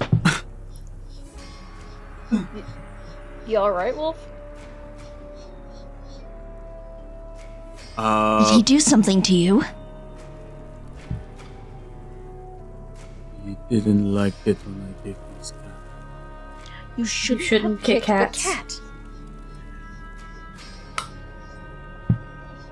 So I'm afraid of the cat right now. Yeah. Is Zeki anywhere? That is the key, but through the cat. That is Zeki, okay. Briar's going such to an point aggressively at the cat. Such an asshole. Okay. Alright, cool. Leave him alone. Let's not keep intimidating this group. We have to keep going forward. Of course, worry not. Well, that being said, I just wanted all of you to kind of align your minds as to what to expect in the near future. There's still so many unanswered questions and so many unfortunate trials we almost face. But, Alright. alas, if you do need my assistance, a pet and a scritch is all you need to do. As you see as the cat kind of Adara just walks pets over. the cat.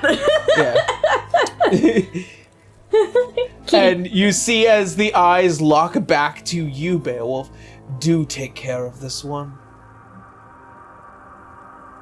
And you hear as the voice recedes as it reverts into just a normal cat. I can touch the cat? The cat? Yeah, you can touch the cat. Pet's If it wants, okay. the cat can sit on Sirius's armored shoulder. She's already petting the cat. You get your own cat. Sirius pouts a little. Briar's gonna go over to Wolf. Are you quite alright? What did he do to you? Adara's gonna walk away from Wolf because she's getting the feeling it just probably shouldn't be so close to each other right now. The effect wears off about it in a minute. He Okay. pulled me away and showed me something darker. He threatened me.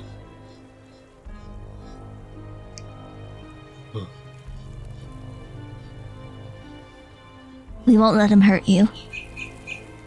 Don't be afraid. I appreciate that, Briar. Of course. You know, I had some time to think about it. Hmm? I think I'm not actually 84. I think I'm 117. Oh. He looks exhausted. Absolutely exhausted. His eye bags my man have is in eye his bags. early 30s, like in terms of lifespan for a Lemurian. That's like his early 30s, Yeah. and he's Yeah, already but that's tired. Still 117 years of life. Like civilizations of humans rise and fall in that time. He's seen a lot, and So he stuff thinks he's he's not older than bringing he up. previously did. Yeah. well, Adara's just gonna look at Beowulf, not Beowulf, but to Abel going, what? Well, is there something going on with you that we also have to worry about? I mean, my heritage is interesting. I don't think Adara understands that the Rathmores are witches. No, we did just talk about it out loud. The Rathmore line, right? And fuck. Wait. Look, I guess I should. No, it's fine. I come from a large coven. Firstborn son to a long line of witches. They have plans for my future, plans I intend to follow. I don't see how that wraps up with this yet, but we'll have to wait and see. I mean, I don't know what it has to do with us either. I mean, our families are just nobles, but from Lemuria, so... But they seem to know our last name fairly well. Adara, Sirius. What was that, Rymac? I couldn't hear you. I was just calling out your names. Yeah. Yeah. Do you two know of the stasis? Would that have been like basic Lumerian basic history? Lumerian history? Yeah. Yeah. Okay. Yeah. Yeah, we know. How long did that last? A long time. Aaron, what was the exact number again? About 5,000 years, give or take. Yeah, Adara's just like counting on her fingers like it does anything. Just about 5,000 years. Wolf physically stumbles. Oh, wait. Sirius will help to catch him. You alright, man? I need to sit down. Here, let's go over to this spot over here. Can we see if there's a safe spot we can hide for a second? Well, for right Do we now... still have that tent thing? You do have We the do. tent. Is there a good place to put it up that's not Yeah, like that's what we're on an looking for. ant pile? Unfortunately, given the immediate area, there's not really any purely flat ground that isn't just a walking path. And the tent takes up a 10 by 10, so... Or... Darn. Too big, yeah. Yeah. Alright, here, just lean on me, Wolf. We'll keep moving. Wolf is just kind of breathing heavily, but leaning into you as you lead the way. He hasn't looked this weak yet before. Like he actually looks as he's actually acting much physically older. All of a sudden, he seems incredibly out of it. Yeah. Adara's gonna lean over towards Ian and Ahmenra, like, we need to get to a safe spot. we're exhausted, they're hurt, and this is a lot to take in. Yeah. Going the same way that we went down for all of you, so Yeah. we can only move as fast as we can. Lead the way. And it pushes forward and onward. And just mutters to Abel going, I think our team's a little bit more fragile than it was right now. Honestly, I think learning about each other is going to make us stronger. I hope so. I really hope so. In the meantime, we need to get somewhere where we can take a rest. I don't want to focus on weakness. No, I know. That's why I'm telling these two to keep going. They would know where to look. We kind of skipped all this. You want me to head to the back of the line and make sure that we got coverage on both ends? I think that's our safest bet. Not that I'm saying I don't want you near me. Like, you're not, like, awful. I'm just saying. I didn't think you... You know what? I'm just gonna go. She's obviously teasing you. Like, no, it's... By the way, just... In case that sounded weird. He's gonna, like, ruffle her hair really crazy. Listen, my hair's already messed up as it is. She can't do it, and she's holding a cat.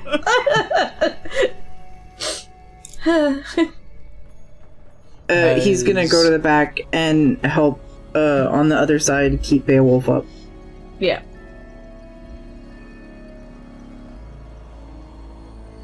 As you guys move forward, you can take note, Vale, that there is a kind of like trading eye glances between Ahmenra and yourself. There's a very hard and harsh just glare. And you see he's...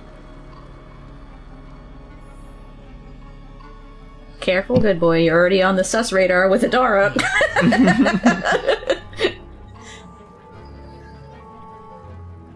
As the eyes of the world pull away from all of you. Let's see here.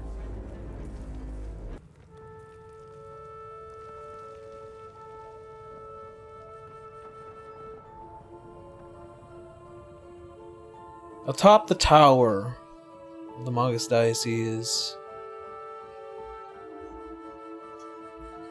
as the sun slowly begins to set to the south, the look of a man as he stands atop this tower, this feeling as he stands and he speaks out into the world.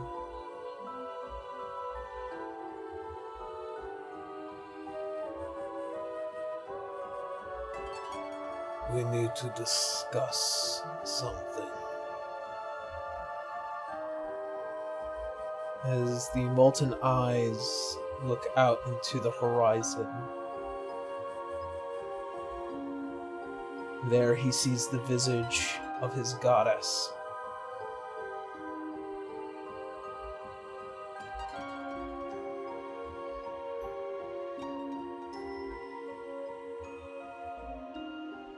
And in the glimmer of the twilight, the goddess of the sun, as she stares down at her champion, matching concern. And that is where we're going to go ahead and end today's session. I want to keep playing. Yeah. Same. You sure we can't go for another hour? Yeah, Aaron, come on. Good. Unfortunately, we do have a game to run in the background for the live stream, but for the time being, I think that is where we're going to go ahead and end today's session. Oh yeah. Thanks, Aaron, for DMing. Yes. Yeah. Thank That Yeah. was awesome. I had Thank fun. you very much. We did Thank you not for the kick lore. the cat this time. Yay! But I maybe just, we should We'll have. never kick the cat again. Nope, Adara's like, I've adopted this cat now. Just like Aren't it's you just- glad we opened up about ourselves? No. Everybody feels right now. as just like gets stared down by a cat. Meow. I will kill you. Okay, but isn't that just a cat normally? Yeah. Yeah, just a, Uh-huh. a little bit. The duality Give of this cat too cat. much power. All right, so that being said, we're going to jump on into some relatively quick announcements, and then we will head on off. So, as for me, I believe I am live streaming again, even between all the busy scheduling stuff. But me and Devin are going to be playing Silent Hill 2 Remake together, which is going to be very, very interesting, because we're just playing it vanilla. I'm super looking forward to this one. But yeah.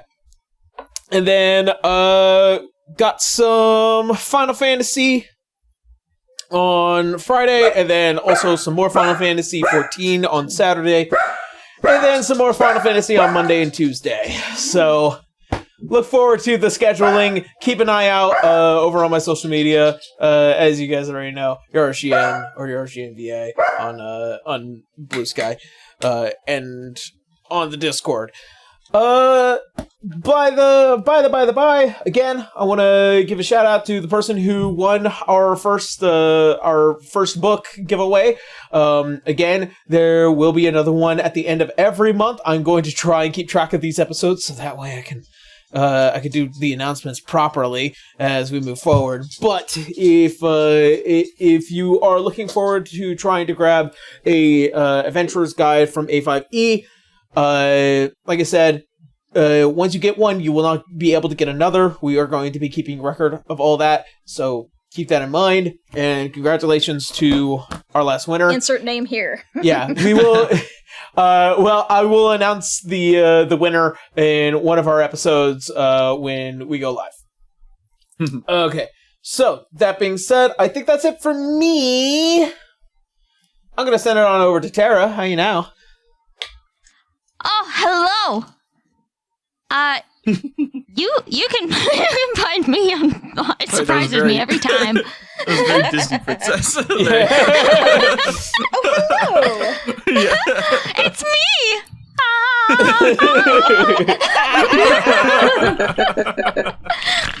Anyways, you can find me on Blue Sky at Terry Corbin BO or YouTube Terry Corbin.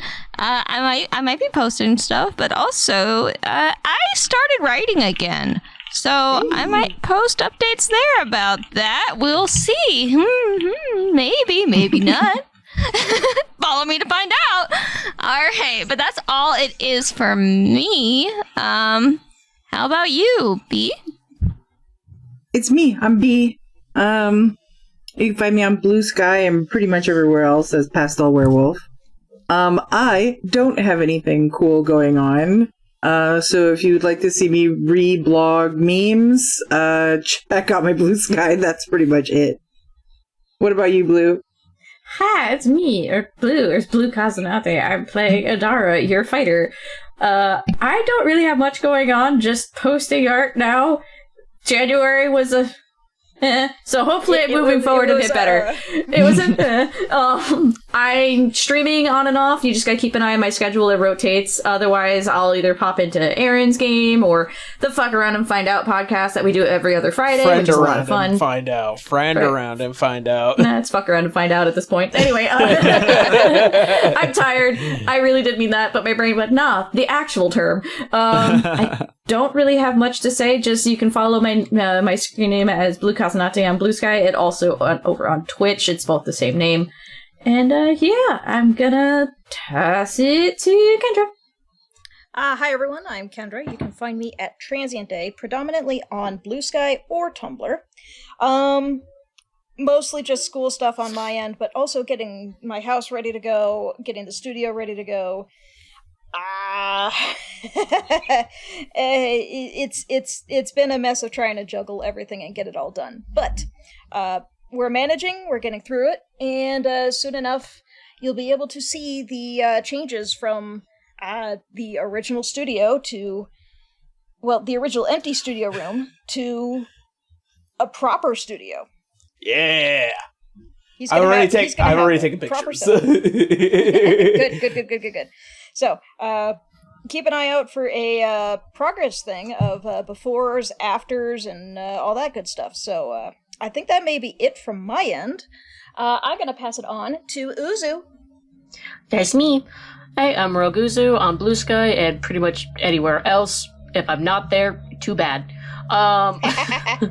And I draw all the time. You commission me to make your characters, your favorite characters, our characters, do anything. And so Anything. just pay me. And, yeah, that's pretty much all. Go to Rymac. Hi, thank you. I'm Rymac, your monochromatic pal. I'm Rymac the Kobold on Blue Sky, Twitch, and YouTube. I'm gonna get back into streaming soon. Hey! Yeah, so look forward to that. Keep an eye out for schedules. Stuff will happen. I'll draw, play video games, probably hang out with friends. It'll be fun. Yeah, look forward to that. Back to you, Yarrow. All right, Baby Rock. Back to you in the studio, Aaron. Baby Rock to you. All right, well then, that being said, nothing else pressing? Do check out our sponsors, the lovely Level Up, Volante Design, and D&T for all their goody goodies. There are links in the description. Go check it out. Yeah, don't forget to like and subscribe. Oh yeah. And yeah. All right, well then, that being said, thank you guys so much for watching. Thank you guys for hanging out with us. You guys stay safe out there, and as always, see you next Sunday. Bye, everyone. Bye. Bye.